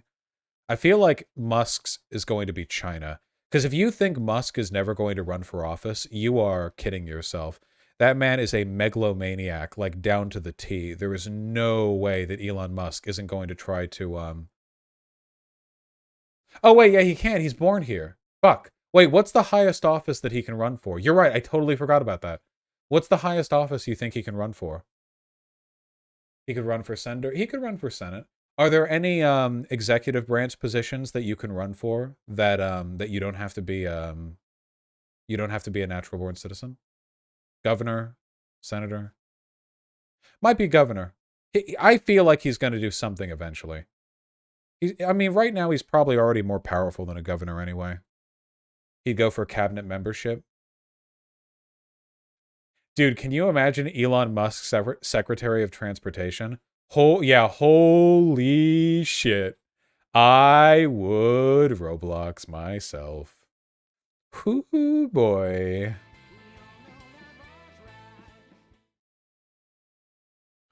Musk's own work ethic has drawn headlines when Tesla was struggling to ramp up production because of its own Model 3 sedan. Musk told CBS he had taken to sleeping on the factory floor because he lacked the time to go home. This is such bullshit, dude. I hate it when billionaires try to convince us that they do anything with their time other than, like, conference calls and fucking underage, like, slaves, okay? Like, come on. Nobody buys this shit. Like, yeah, all he is a financier, you know? He literally has other people making business decisions, making his investment decisions, everything in his life that, like, he needs to keep the empire running, he can hire people to do. He's not an engineer, you know? He's not even the idea guy. He's like the weird overestimates proposal to the media before his idea guy, like, you know, talks to him, and says, we can't do that, and then he brings it back down. Yeah, it's like he's a brand, you know? But they always do this bullshit. They always try to sell you on the idea that they're so busy. He slept in the factory floor because he probably vacated the entire premises for, like, his underage coke orgy, and then passed out on the floor. But not before another, like, underage handler brought him the finest satin threads to lay upon. You know, I don't buy any of this bullshit. I don't think you work. You travel a lot on the Lolita Express. Yeah. Working overtime to meet the racism quota. That's right. I do believe that he's working very hard at the racism. A guy who grew up a wealthy white South African in the apartheid era might be racist, maybe. Tesla asked judge to pause suit alleging rampant racism against black workers. Yeah, I remember. This was yeah, the 19th of April. I think we covered this. Please don't look into how racist our plants tend to be. More likely than you might think.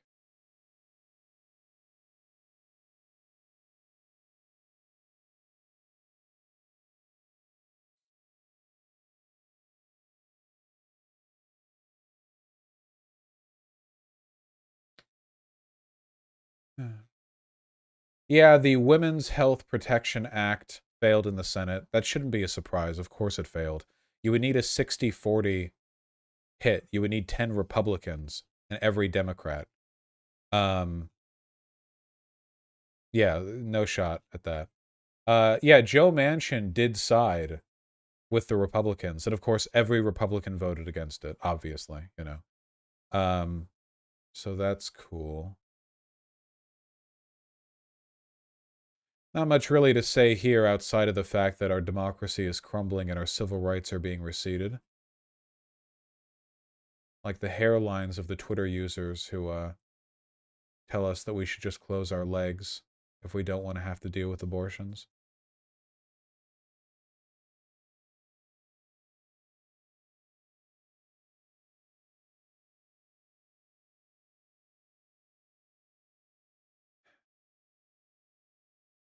What do we have to look forward to? Folks, it's a great time, all right? If you have a penis, great time to be a homosexual or a chaser, all right? Get it in, lads. Especially if you're in a red state, okay? Don't even risk it, all right? Don't be a chaser. That's you shouldn't do that. Don't be weird. You should get really into anal though. You know, you should, yeah.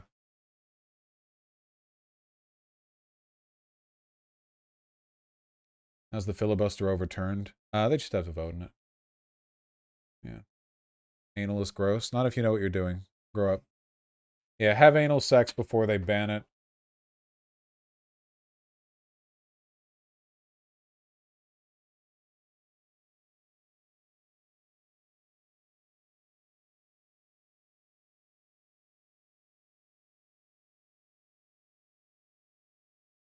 Oh yeah, Viathan. That's the next thing we're talking about. The goddamn fursuit shit, you know?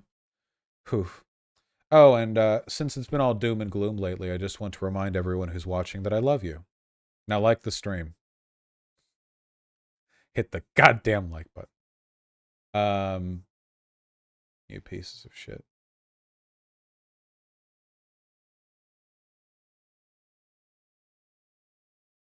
There you go. I'll cover the infant formula thing next stream. We have to do the Union Apocalypse.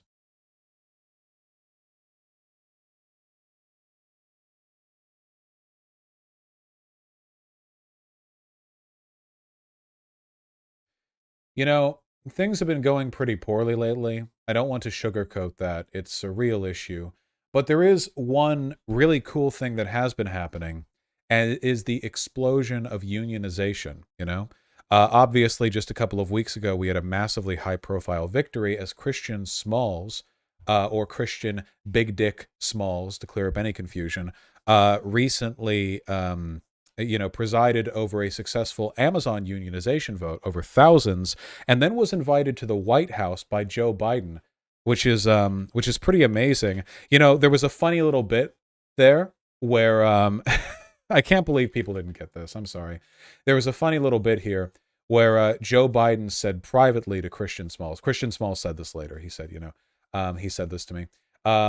Joe Biden said, you got me in some trouble while like talking with him and smiling and stuff like that. And people, let me see if I can't find that, that exact tweet. Yeah, here we go. There we go. Yeah. Which I find tremendously funny, by the way, met with the president. He said, I got him in trouble. Let's go. Which is clearly a joke. Shoe down here. Yeah, that's fair. Yeah, it's pretty funny. Here's the picture of them together. The drip. See, the Eat the Rich blazer. He looks like an attendee of one of the anime clubs. That I see people Naruto running around, but he looks like grown up into that, like the representing it properly. And wow, these two are incredibly short. I did not even pay attention to that before. They are remarkably short. Well, there's nothing wrong with that, but it is noteworthy. And here's Kamala Harris just staring at me. And this guy, what are these two doing?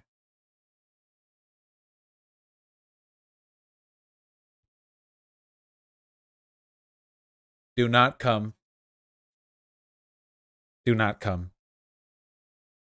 Everyone else has their masks down. Well, didn't she have COVID a little while ago? Or am I thinking of someone else? We have that. She did? Yeah, okay. So we have that wonderful stuff, phenomenal, huge deal, really seriously, a huge deal. There's also a union fight going on right now for congressional aides. The fight for a union in Congress. Our poor congressional aides. How committed are Democrats to unions when it's their own employees who want one? Curious. We'll see how that goes. Or the unionizing push in Congress stands. Pelosi endorsed the effort. Thanks, Pelosi. We appreciate it. Thank you. Yeah, the vote passed in the House. We're seeing that. It's nice to see that representation in office itself. But I think by far the union news that I'm feeling the most optimistic about has come out of Starbucks lately. So we have this furry king over here. Fired by Starbucks, union organizer now wears his fursuit to rallies. Now, I do think you should be able to bully this person, but I also think they deserve a union. So, you know, I'm kind of two minds on this particular one. Michael Vestigo wasn't sure at first if he wanted to bring his fursuit to the union rally. Starbucks fired Vestigo from the Starbucks store in Overland Park, Kansas on April 1st, a week after he and his coworkers staged a walkout to protest unsafe working conditions and retaliation from management against their unionization efforts. That morning, his manager pulled him aside and fired him immediately for displaying violent and threatening behavior. Should have just said firing you for being a furry. I would. Nah, Godspeed. You live your best life, you know. What's unsafe in the Starbucks? I'm trying to think of a funny joke. You know, really, there's plenty of unsafe stuff that could go on back there pertaining to cleanliness, temperature, hot coffee stuff. You know, it's always possible. So I guess all we needed was the furry support here because the Starbucks union has been blowing up. We have the People's Policy Project here, who I'm not following. I thought I was, but there we go. Talking about the rise in Starbucks unions, which has been meteoric. Look at this. Election filing since August 2021. Then you hit, you know, right here, turn of the new year, kablamo. Election filing's been soaring up to heaven with a decent success rate too. Cumulative union wins at Starbucks, and you see also a very, very, very sharp spike. Now, keep in mind, this graph does not follow the same timeline as the previous one. This one starts in August 2021. This one starts in November, which means that this spike you're seeing right here begins right here in April. Right up here in April. And just in the past month and a half, look at that, you know? Diamond hands. So if we were to chart these together, oh, sorry, December, not November, December 12. December, not November. Thank you. So if we were to chart that line going up, it would be right here, starting like right here and zip up like that. See? Right here. Whoop. Now, right now, the number of election filings is around 250. I am an idiot. Thank you. Whereas the number of election wins is at around 55, which suggests to me that there's a several month delay in between the filing and a potential election win. Now, how many of these filings are turning into victories? I hear you asking. Well, don't worry, we've got that too. Total number of workers in the Starbucks union is now up to 1,500, by the way. That ain't nothing. Don't get me wrong, it's still a small percentage of the overall number of people working for Starbucks, but that's a lot. That's a lot of people, you know? And here is the cumulative percent of workers voting yes. And especially in the past month and a half, since we've been getting this news of victory after victory, 80%, 4 out of 5 workers on average have been voting in favor, which is a winning vote if you average it out, you know?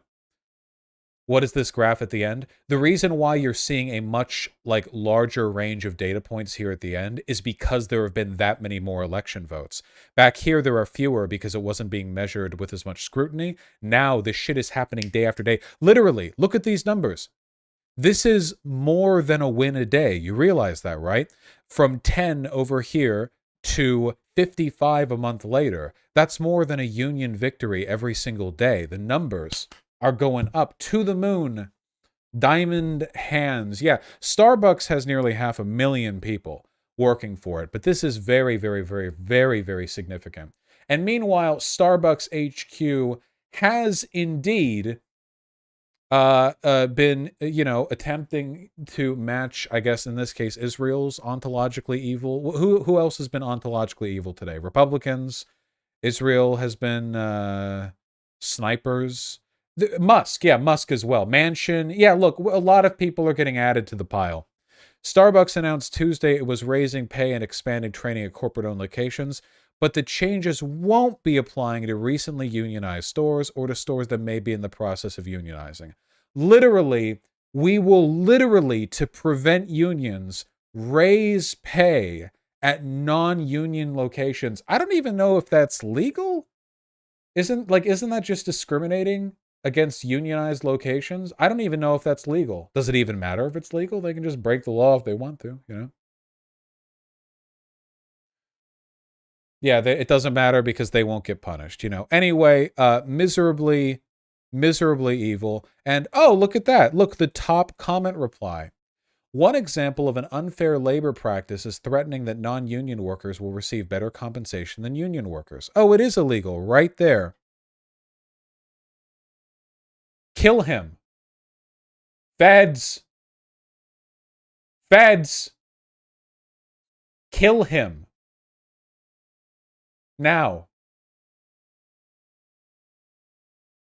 It is insane that we live in a country with such weak labor protections that we can have a law that explicitly says, don't do X. And then one of the biggest companies in the country says, we will do X. And this is some kind of debate. You know, this is like not immediately met with a crackdown. TOS, Vosh, and Roblox? Of course I meant in Roblox. Jesus.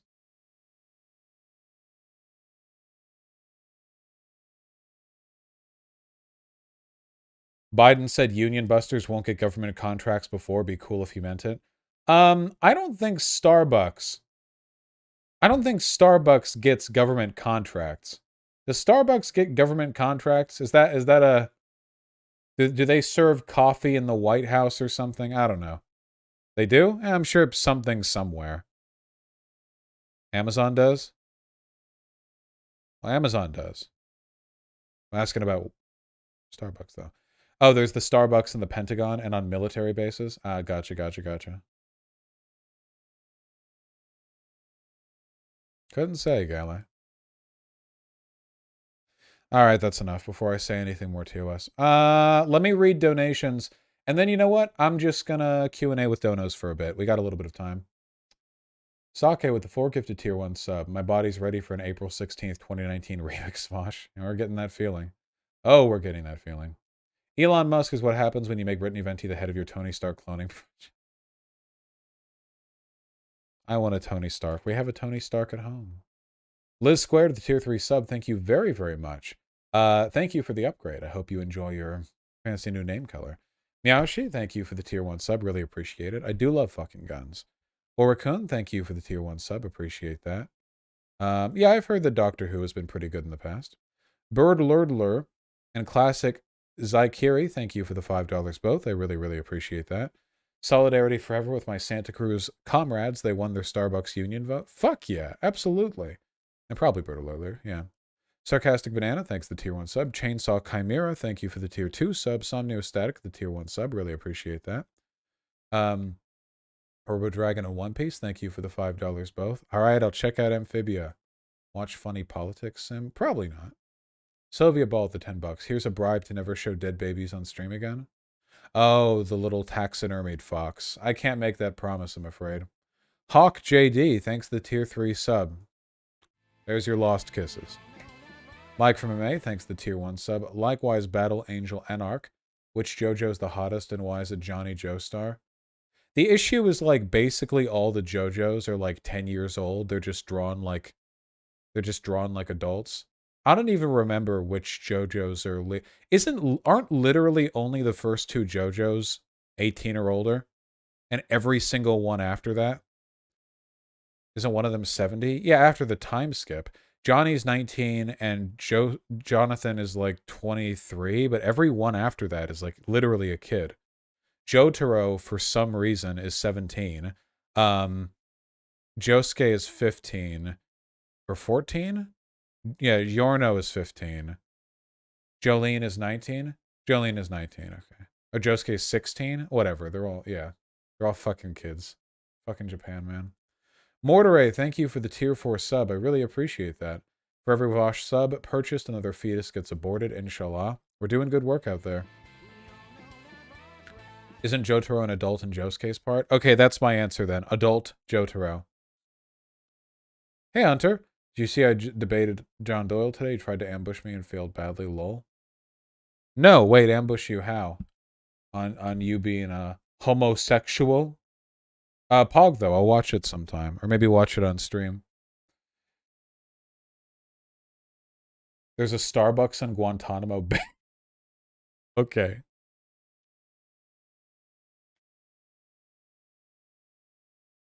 You really gonna deny those Gitmo inmates their cup of joe? Come on. Yeah, my ruling for sexiest JoJo is adult part 6 Jotaro. Come on. He drippy.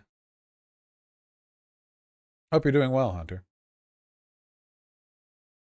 Starbucks at the Guantanamo Bay Naval Base. You know that meme where Barnacle Boy from SpongeBob is doing the laser eyeballs at something he's holding in his hands? This is perfect. The Guantanamo Bay Starbucks, you know? I don't know.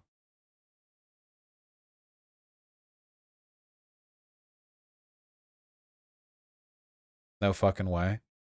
It's funny as hell. Part 5, Jotaro? Part 6? I don't remember. Whatever. Shut up. Shut up. Okay, anyway. Semi-Locon, thanks for the gifted sub. Appreciate that. Markinator with the $5. Thought Slime and Sophie from Mars talked about you in this video at 22 minutes. Oh, I love drama. Fortress Arc, but we'll take a peek. I have no respect for either of these people.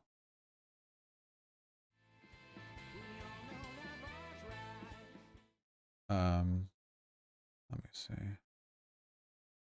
Rippy with the $5 with 2 links. Impressive. I've seen the Rose Wrist debate, but not on my time. And I'm not watching fucking anime tubers get mad at me or whatever.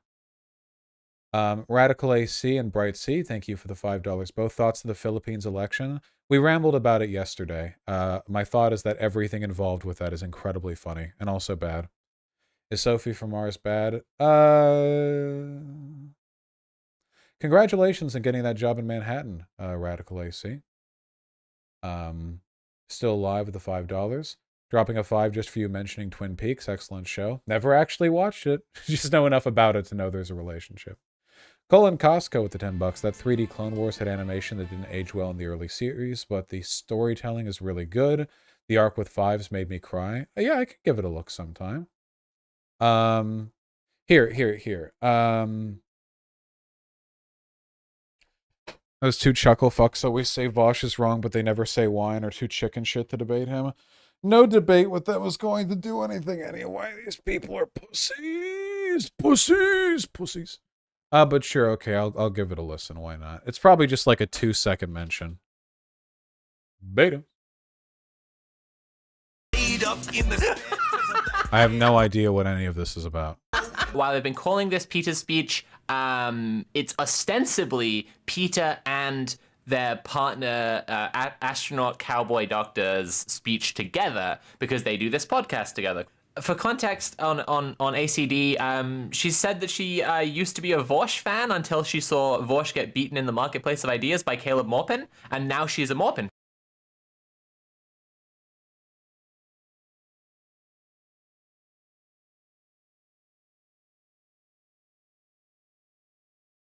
Interesting.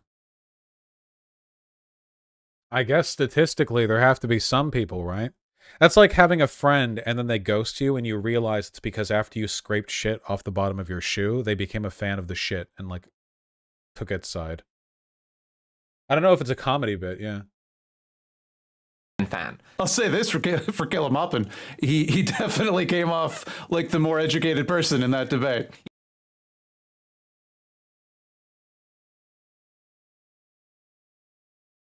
This is very revealing on these people's perspectives.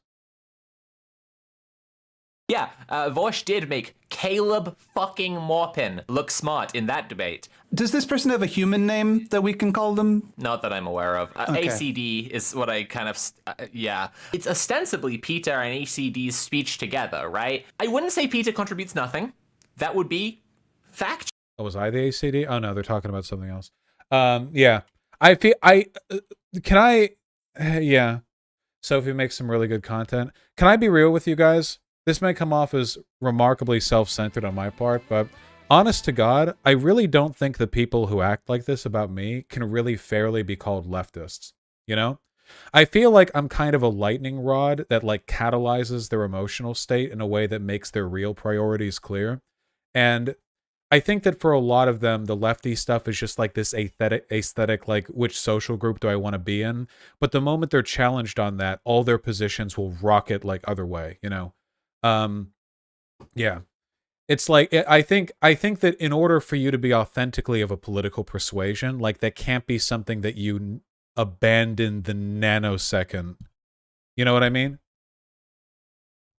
I guess I genuinely don't understand what political perspective a person has to have for them to see the debate with Caleb Maupin and come away with those conclusions. Keep in mind, though, Thought Slime is the person who, when talking about like biggest own of the year or something, it was the debate Professor Flowers had with me from Professor Flowers' side, owning me.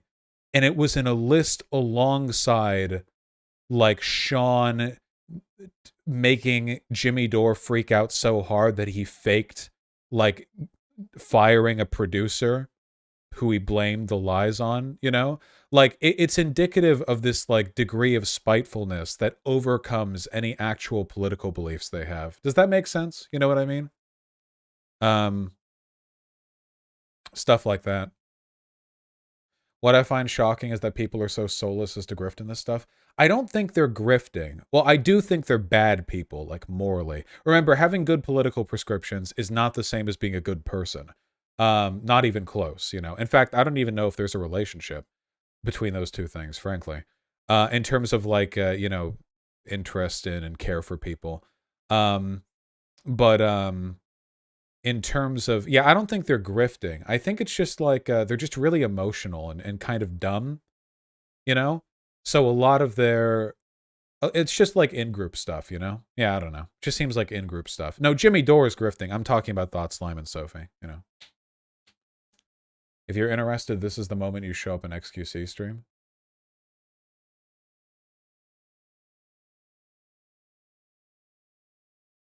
Of it, he caught a 7-day ban. Sir? Dumb cracker bitch. Other streamers were banned for that. Oh, come on, dude! Cracker were Vouch, Frost, Bruce, Drop 'em Off, and just the. Wait, that's it? I just flashed on screen for a second? Okay. Yeah.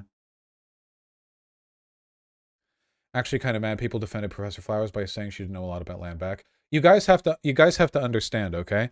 Like, as much as people meme about it, you know? People like Thought Slime or Sophie or whatever really are like the, how would you put it? The stereotype of like the white paternalist activist, you know? Like these people would have a conversation with a black American and the black American would say like, I think we should vote for Biden because he's less fascist than Trump, which is better. And also, I don't think that we can solve racial issues through creating ethno-states. And like that, from that, like they would listen. But outside of that, I think like maybe they wouldn't actually. Nah, maybe they would call them like internally racist or something. I don't know. There's not really much consistency in how they form their points, you know? I just think a lot of it is like whatever feels wokest. Yeah. Making a whole apology video for saying nanners. Fucking psychopaths, these people. I don't think I've ever seen a Sophie video though.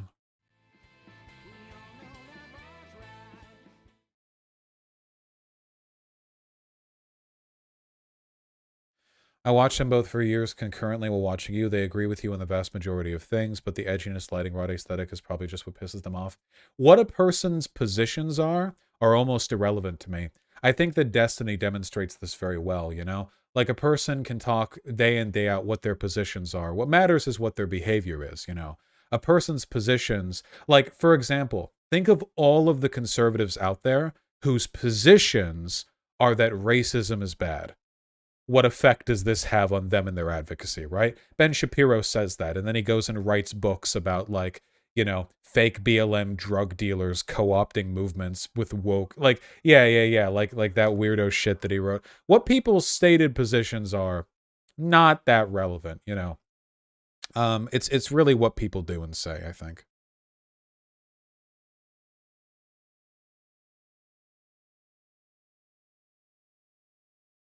They really think Maupin won against you in a debate. They're just saying you to just to say that you're bad. I don't think they actually think that, because I don't think they think.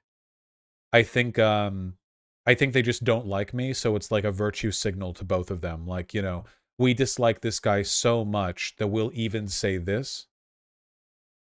Yeah. Sophie sided with non-compete when it came to Jewish bankers, for the record. I actually, my new thing here, I really do believe that position is anti-Semitic from them. Like, it takes not but a cursory history of, or a cursory reading of Jewish history to go like, oh yeah, of course Jews are overrepresented in these fields because of these reasons and blah, blah, blah, you know?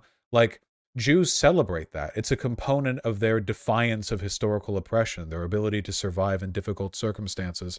And we were in a situation where I have Jewish fans who were on Twitter talking about their family's history being called anti-Semitic by Gentiles who are wokely denying their history because they think it sounds too yikesy to acknowledge. You know what I mean? Like, that is fucking wild. Like, that is absolutely insane, you know.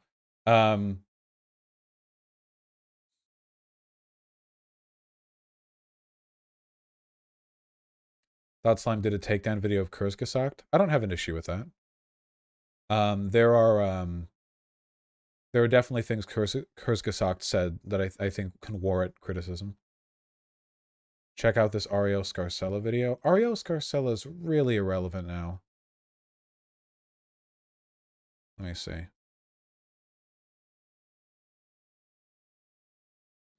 Views are better now than they were a year ago. It's really not that, yeah, really not that relevant, though. She had to bring on Buck Angel for this one. Top surgery is for anyone TikTok cringe, trans men, and lesbian react. Trans man? Oh, and the last video she did was with Blair White as well. So literally, like, the only content she does.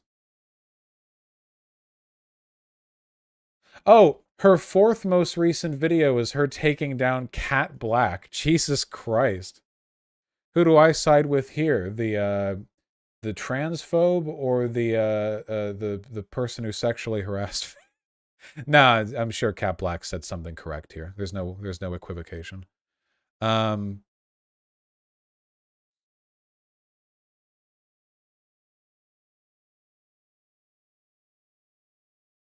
you see this? Why not just tell me what it is? Yes, we saw this. In fact, we talked about it like 10 minutes ago, Thor Firehawk.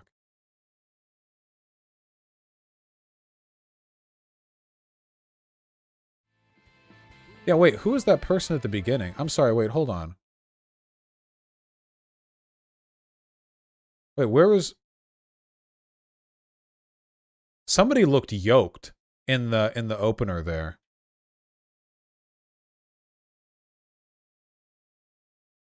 This person's pretty fucking yoked. Holy shit. Oh, that person. Oh, okay, they're not as yoked as they look. Damn, though. Some poppin' pecs. Good shit. We'll see how it goes, Shampoo. All right. That's enough, that's enough. Okay, hold on.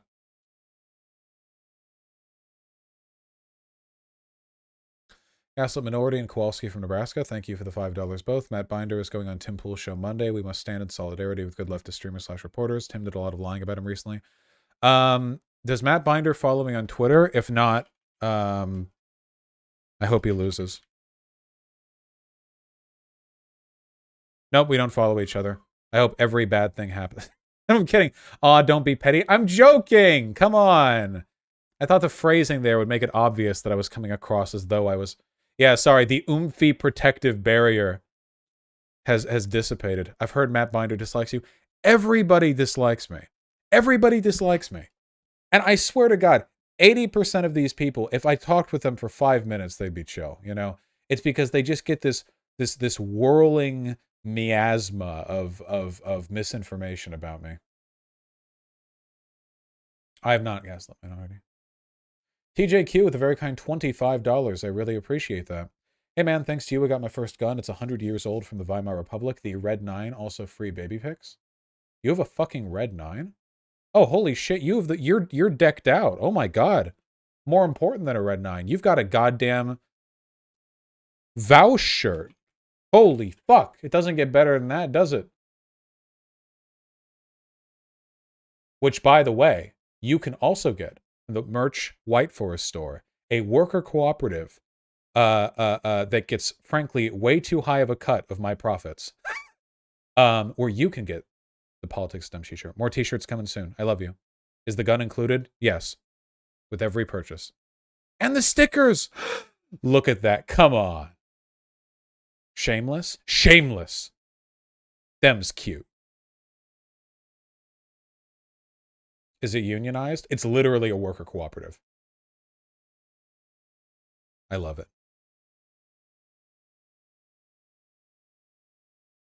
Ask if you can go on Majority Report. I'm just showing off white merch right now, Jazz Dog. We got to get the buckaroonies. It's really for them more than me. Do an ad every stream. I should do 5 ads every stream. What about 20? Yeah, I've unionized my sweatshop workers. Ask if you can go in the Majority Report. I don't want to ask anyone. Okay, hold on. Anyway, dude, the Red 9 is sick, by the way. Holy shit. Red 9s are such handsome guns. Every time I see the Red 9, I'm just reminded of Resident Evil 4 because I really liked it in Resident Evil 4. Like, because I was like 10 at the time, you know? But it's such a cool gun. Like, it's so inefficient compared to modern guns, but it's so badass. The magazine fits here in like this front... Yeah. Also, the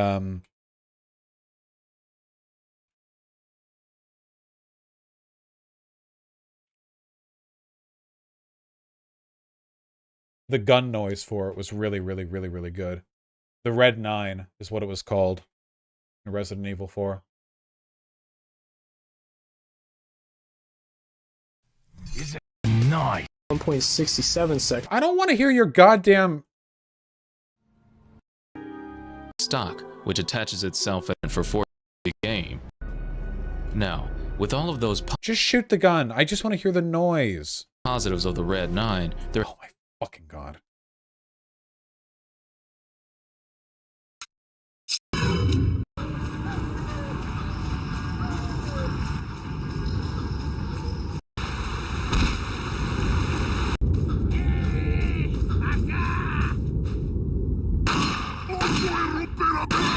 God, that's such a good noise.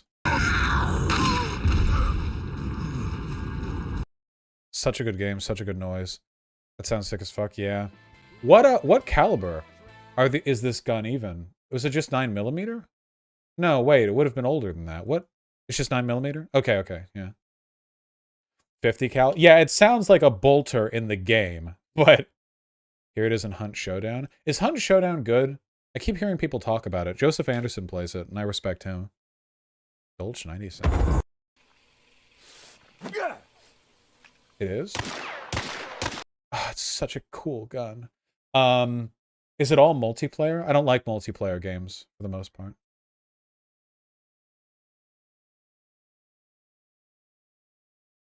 It's all multiplayer?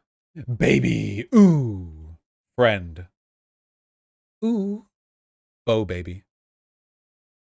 Ooh. Pete's. Dude, we, when later, like late in the night last night, I wandered into my bedroom and Artemy... No, people pay money to show them. Merrick, if I let every stream just be looking at cat pictures, we'd be here all day. I wouldn't get any politics done. I love cats. I wandered into my bedroom and Pigeon, this is the first time I've ever seen her do that. She jumped up on top of my dresser, and it's a tall dresser too, and she was flopped, like loafed, on some clothes that I had up there. So she just like sort of flattened herself against them and was staring out. It was very, very cute. Greasy little bitch. Adept Red of the 10 bucks. Spent hours in VODs trying to find your recent comments on trans dysphoria, but can't find it. Even asked Tempest, but he didn't know. Can you help me? Recent comments on trans dysphoria. I don't know what you're referring to. I recently, just earlier today, a video was put out about a TERF comic that I was tearing into. I probably talked about it a little bit there, but outside of that, I don't recall what specific comments that I've made. The study? Well, that's on the second channel about trans youth. You talked about the itchy sweater thing too. I don't know what you mean. Deborah So? That was a while ago. Papa Domdilly and Antifa Greener, thank you for the $5 both. Don't mention me, Antifa Greener. Keep me hidden, okay? Papa, no, I haven't. Jojo Mojo, thanks the $5. I don't think Binder hates you. He actually dropped in when you watched his video on Door simping for the Boogie Boy. People are always free to DM me. You know, I'm an open guy. Listen, people treat me like I'm super unapproachable, but if someone just emails or DMs me, I don't think I have ever been rude to a person. The only time I've ever been rude to a person in DMs, I think, was like Lauren Southern at some point. I think that's the only time that's ever happened. I don't, even when I don't like people, I've usually, you've been rude to me in emails. Well, you probably deserved it. No, even with emails, I'm very, very, very polite. I just usually don't have time to engage with people.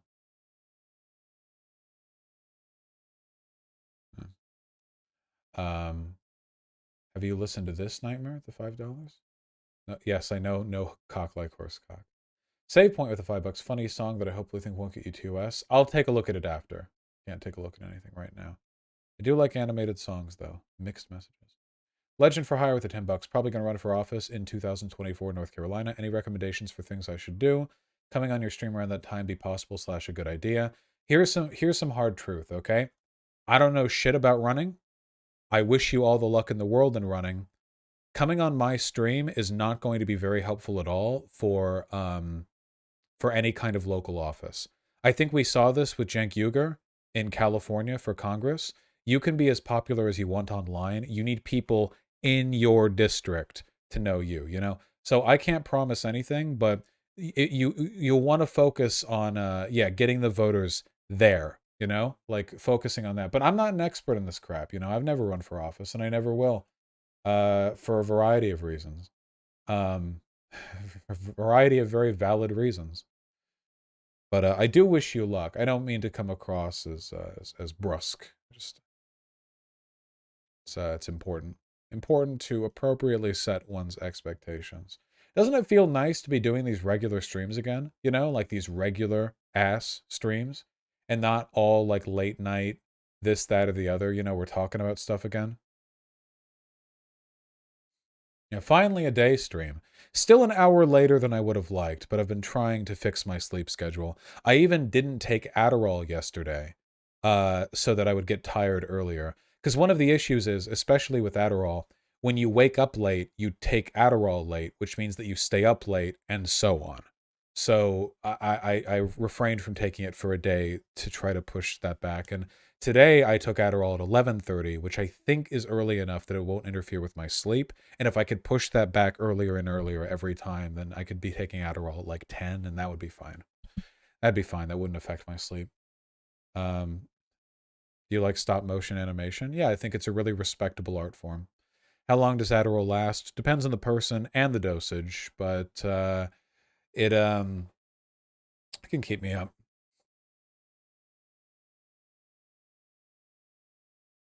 Yeah, mine's XR, I think. Mine lasts longer. Hold on, let me pull my fucking shorts down. Woo!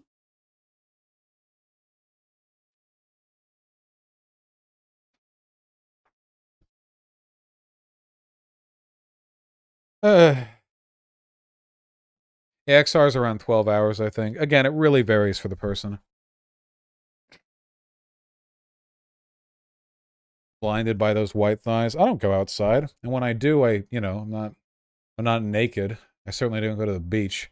Leg day win. Oh, hush. My legs aren't that skinny. I'm not like that one Tesla. You guys see that pic that went viral on Twitter? The Tesla guy? That was funny. Yes? Okay, somebody's seen. It was very, very, very, very funny. Can I find that picture?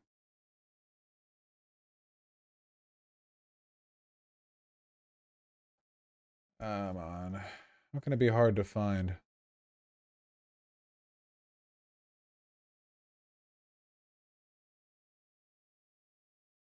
How can it be hard to find? It was viral yesterday. Twitter's internal search function is ridiculously useless. It is unbelievable how bad it is. It never, ever, ever finds shit that you want it to. You always have to specifically go by like search time, search this person. I just can't find it. It was just a guy with really skinny legs. It was kind of funny how skinny they are. And a bunch of people body shamed him, which like, I mean, you probably shouldn't do, but they were noteworthy in how skinny they were. Also, it's a little more okay to make fun of Tesla owners than it is to make fun of normal people. Literally nothing. I just look up Tesla. If I just look up Tesla legs, I mean,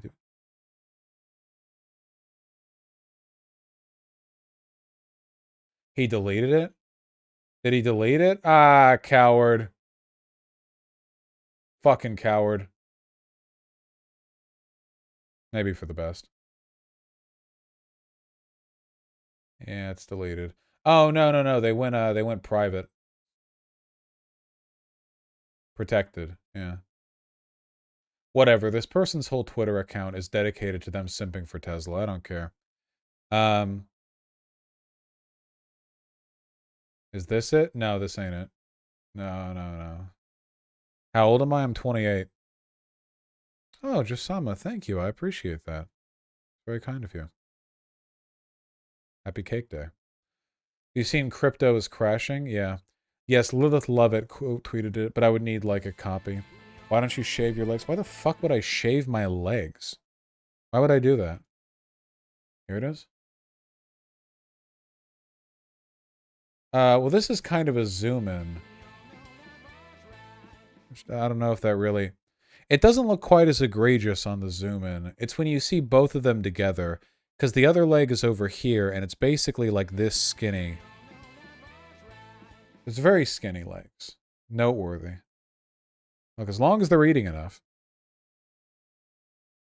Not skinny, but amazingly. Yeah, well, here. Is this it? Oh, there we go. Yeah, here we go. This is what I was... Again, just... I think people like picking on Tesla owners, but definitely very skinny legs.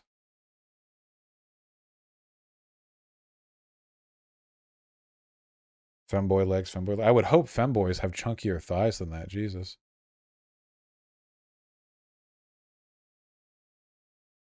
You should see Moist Critical's leg. I was astounded. Okay, well, it's pretty obvious just from looking at the guy. The Moist Man is very skinny, right?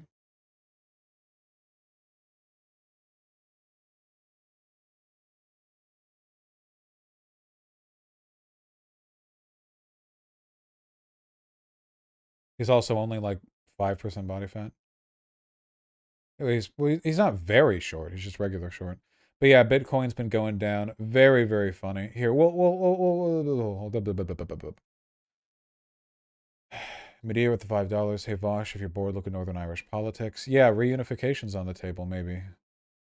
Norse Hummo with the $5. The no cock like horse cock guy is a former Trump supporter. Interesting.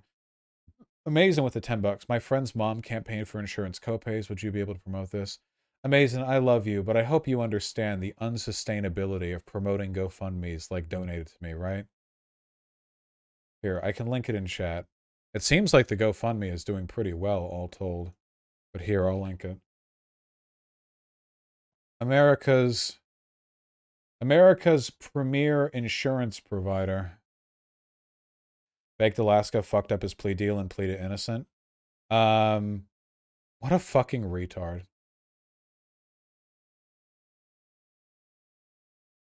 But yeah, go check out that GoFundMe if you can. I hope that your friend's mom is able to get her treatment. Ego just got the best of him. No, for Baked Alaska specifically, it's just being a retard. What did Baked Alaska do? I don't know, but fucking up your plea deal is a pretty big... Yeah, okay. For him specifically, this is definitely an IQ issue. Jan 6 stuff, yeah.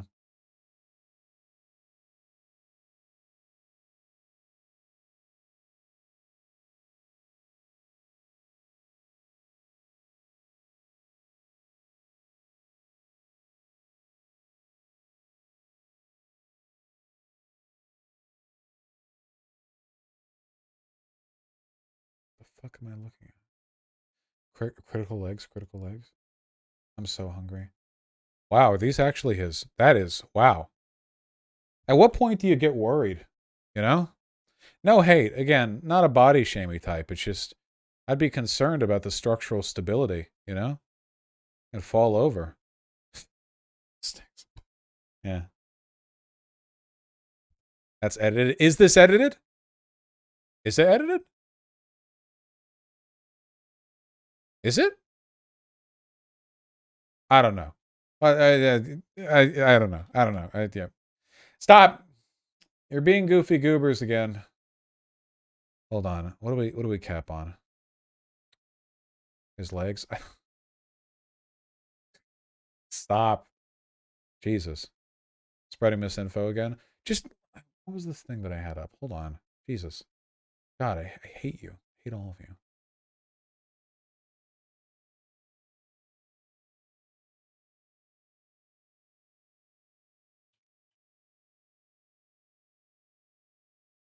Vosh child marriage is still legal in 46 states. Thank you for the update.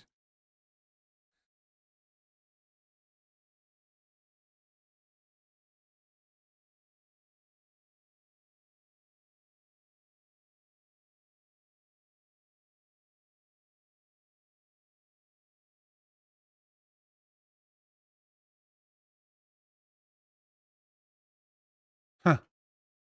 You know, I thought I had something else to go over on Twitter, but I actually can't find it. I don't know if it went away. Well, at either rate, couple of things. I'm hungry. First of all, tomorrow we're talking with What If Alt History. The day after, we're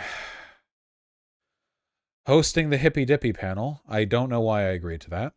So that'll be fun. You know, so both of those are going to be at 5 p.m. PT. I hope you enjoyed the morning stream, afternoon stream, while we had it. But yeah, we'll be doing that. I love you all very much. You are beautiful, beautiful people. Make sure to have a wonderful rest of your day. Let me see who's streaming at present. Have a wonderful rest of your day. Also, I do want to say that, in my opinion, the subreddit has seen a marked increase in quality over the past few months. Likewise, with the Discord. The main reason being, you know, updated and new moderation teams. So I feel like if you want to go check those out, then you should, because it's cool. I'm going to send you over to Dylan Burns TV. That seems like a reasonable thing to do. Next time we do a full-on morning stream, by the way, we're getting started with the campaign prep. The canvassing prep, I mean. Everything's in place. All the ducks are in order. No, I didn't, Posadas John. Or at least if I did, I responded to it a while ago. It's finally time. We have some exciting stuff to talk about. All right, I'm sending you off. Be well.